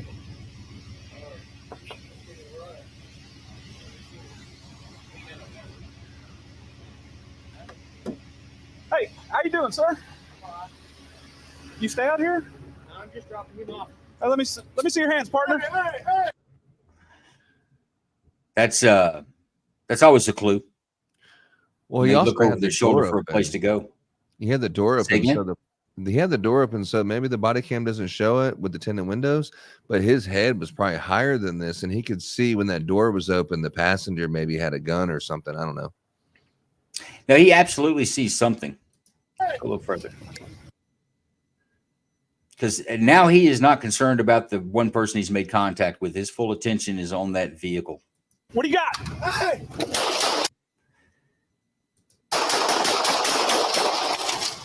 William 236, hold traffic, shots fired. 8500 East 41st Street, extended stay. Get on the ground! Get on the ground! This is some good radio work. Hands, let me see your hands right now. Hold on. Hey, partner, don't move. Don't move. He's still got the gun in his hand. Don't move. Hickey, back off, back off. Hey, don't move. I would have liked to see more on that, but I couldn't find anything else on that one in particular. This one, I think I do know what this one is. Okay. I'm cross-deputized with Tulsa County. Yeah, it was not bad. But on that shoot there, Jason, what do you think? The extended stay shoot.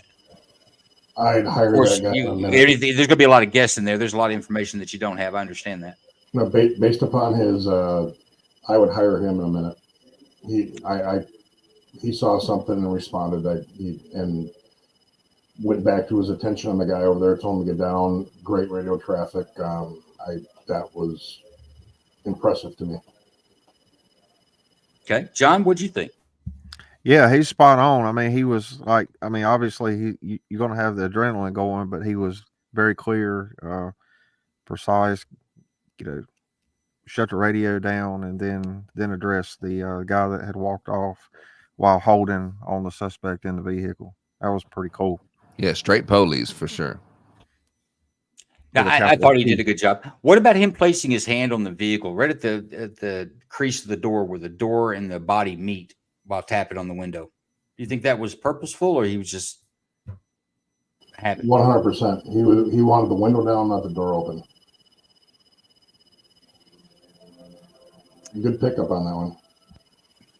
No, I thought that I was pretty impressed with him, and I also liked his tone. Hey, fellow, or however he said it, was very jovial. He didn't, get over here, let me see your hands until the guy started.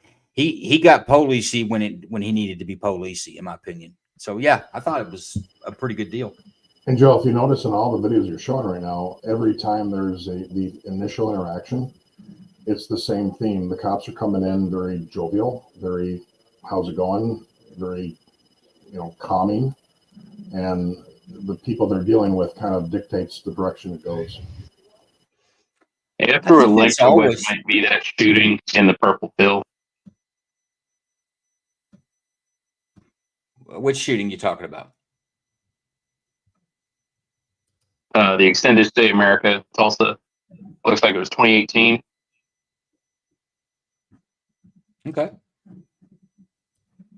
Any more details than what we see in the video? Let's see. It looks like this is probably right after it. It looks like it was May 7th, 2018. Okay. I think it was a clean shoot. I would be surprised if I didn't sense any over eagerness in that officer to shoot, and it looked like he waited till he had a clear path to do so. And on the tinted windows, it depends on the angle.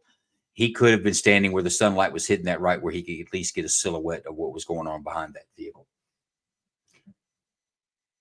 Okay, now we got one out of Hartford. This is a real quick one.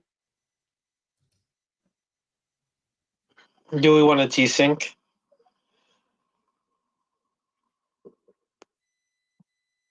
I'm desyncing right now.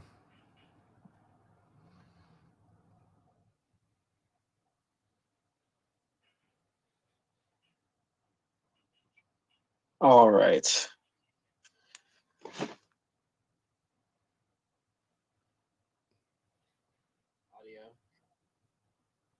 All right, another quick one. John, what do you think? Oh, that's just... Wait a minute, I'm trying to figure out what's going on here. You want to watch it again? Yes, please. Yeah. Yeah, there's no audio for the space. I got you synced back up. There's no audio whatsoever on it. So it looks like he just stopped in the street, or the guy doesn't have his cherries and berries on, so it doesn't look like he pulled over or had him in a traffic stop.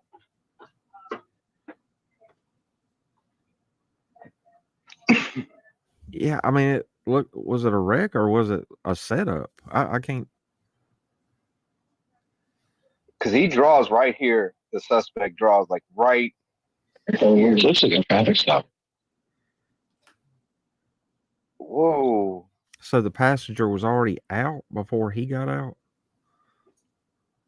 Yeah, that's what I'm saying. How's it a traffic stop if he's already out at the back of the car when the cop just pulled him over?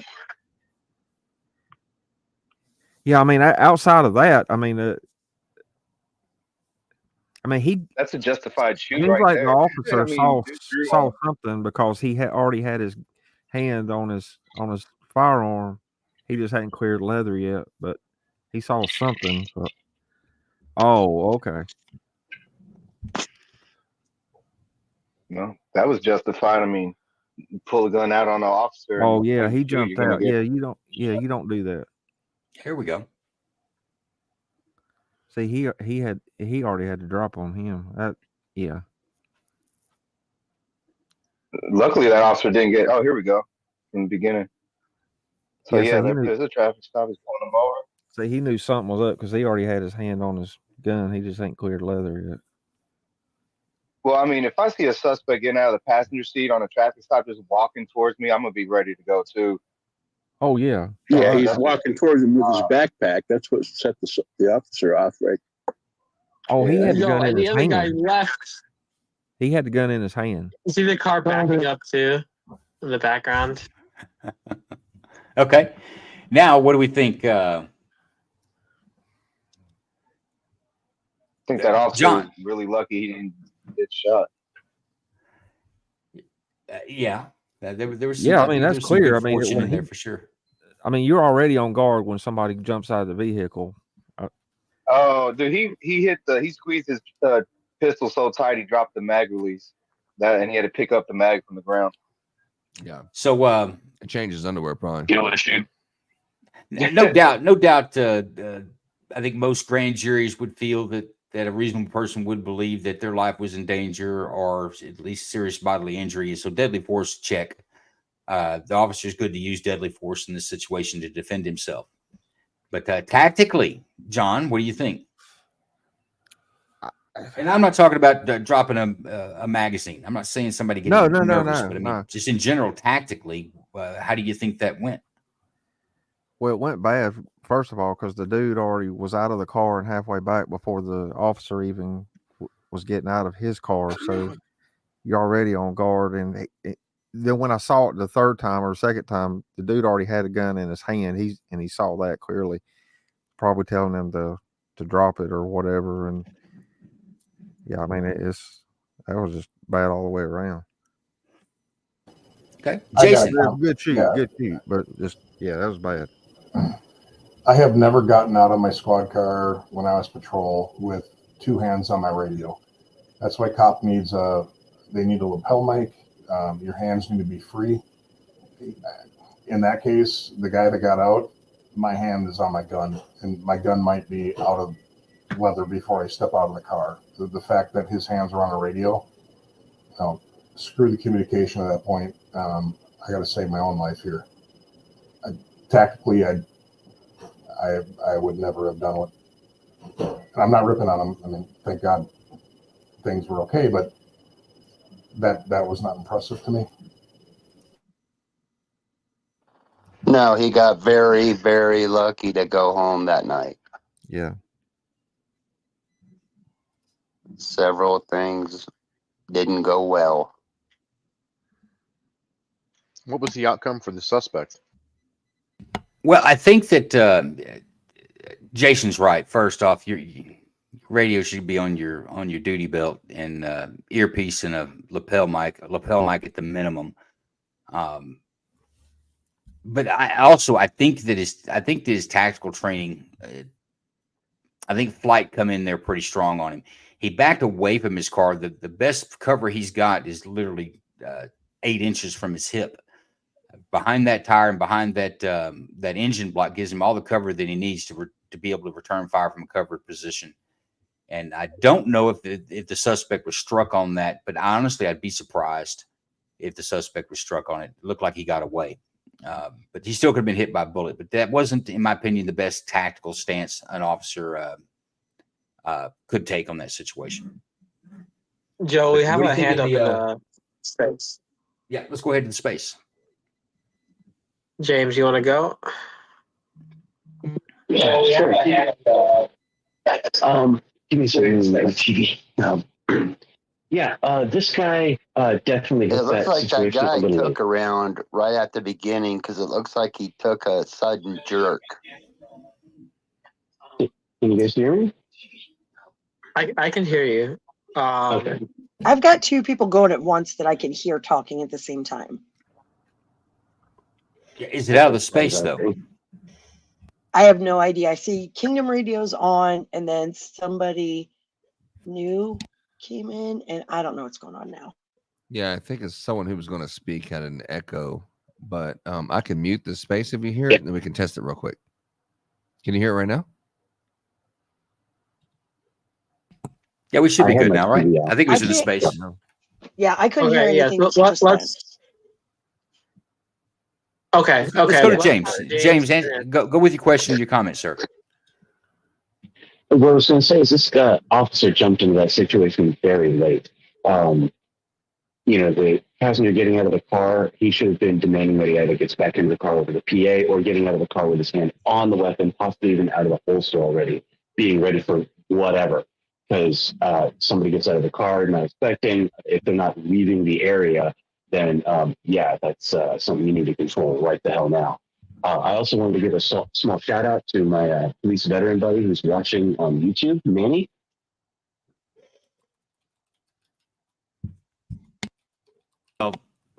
Outstanding. Which YouTube is he watching on? Is he watching on a Joe Lanu YouTube or is it a Kingdom Radio? Not that we have any competition. I don't know. Well, James, our followership depends on it. Just let me know that he's following Joe Lanu on YouTube, and I'd appreciate that. Folks, we're down to our last 3 minutes.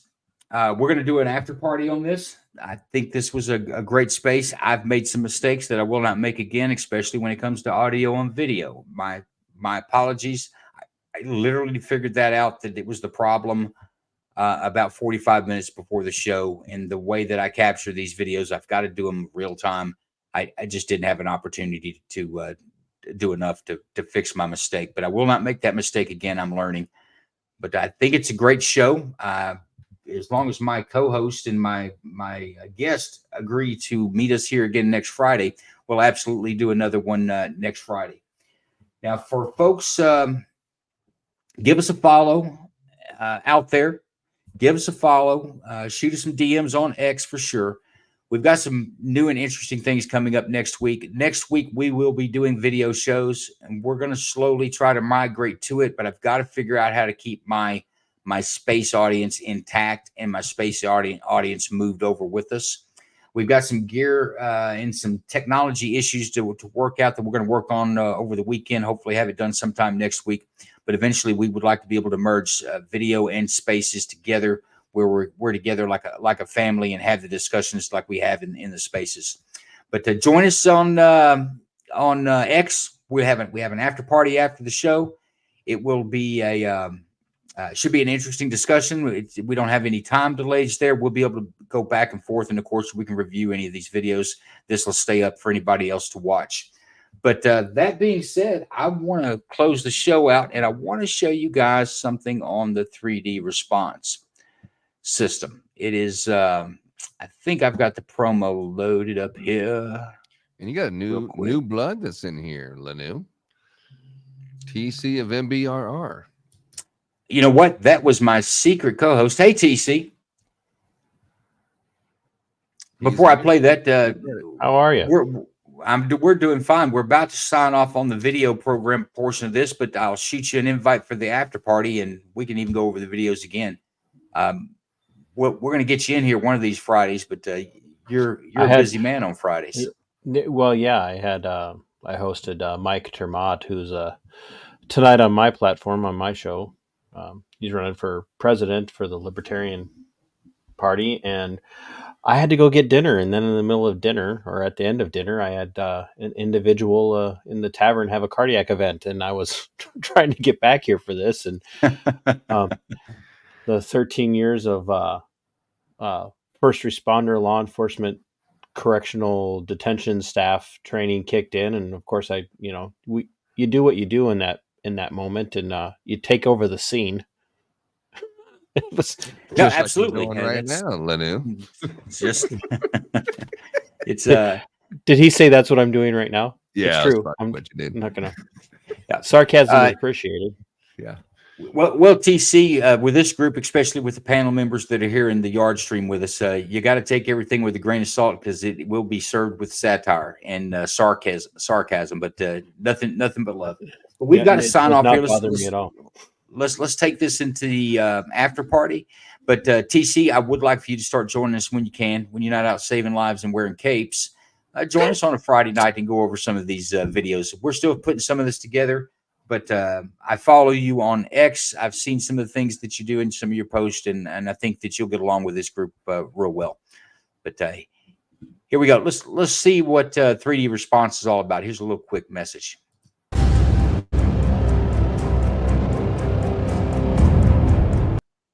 School should be a safe place. That statement seems like a no-brainer, right? But the fact is, school districts have to be proactive about it. So you're going to need to sign in, and here's a pass. Maybe even try a new approach.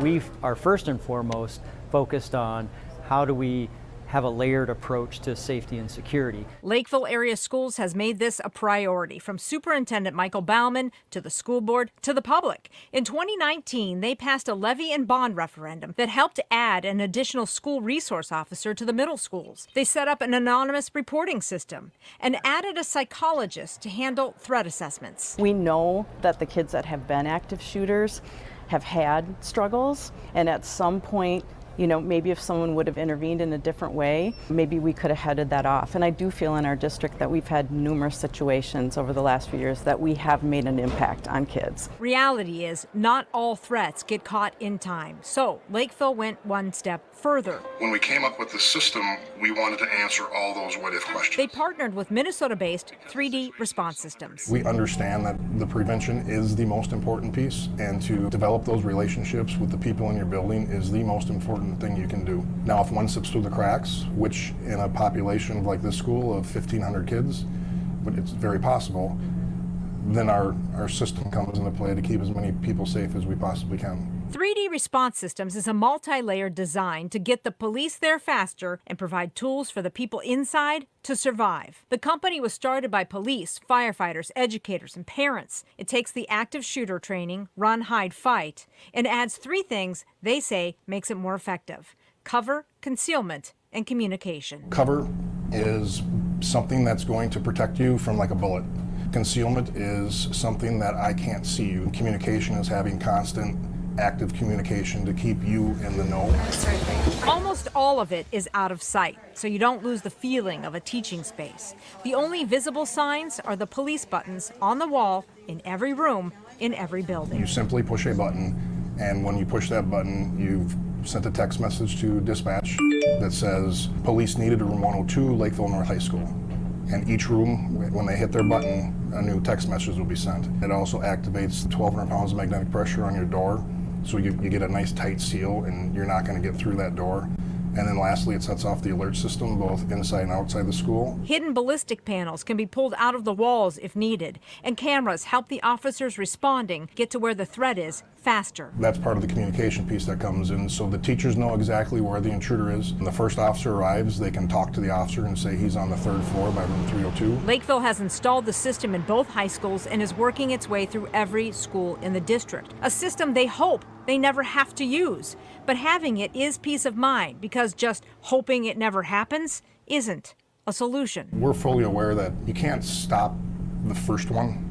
I mean, it's a reactive situation, but you can stop the next 5. Rena Sargentopoulos, KARE 11 News.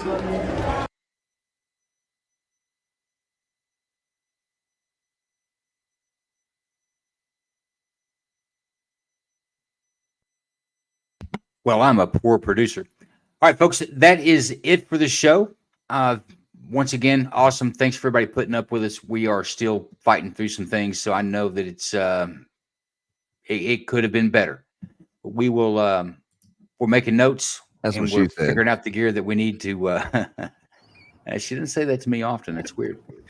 But see what we can do to get this thing figured out and provide a better experience. But give us 10. Give us 10. We'll be in the after party. We can talk all about it. I'll have my note pen out and taking complaints. Thanks, everybody.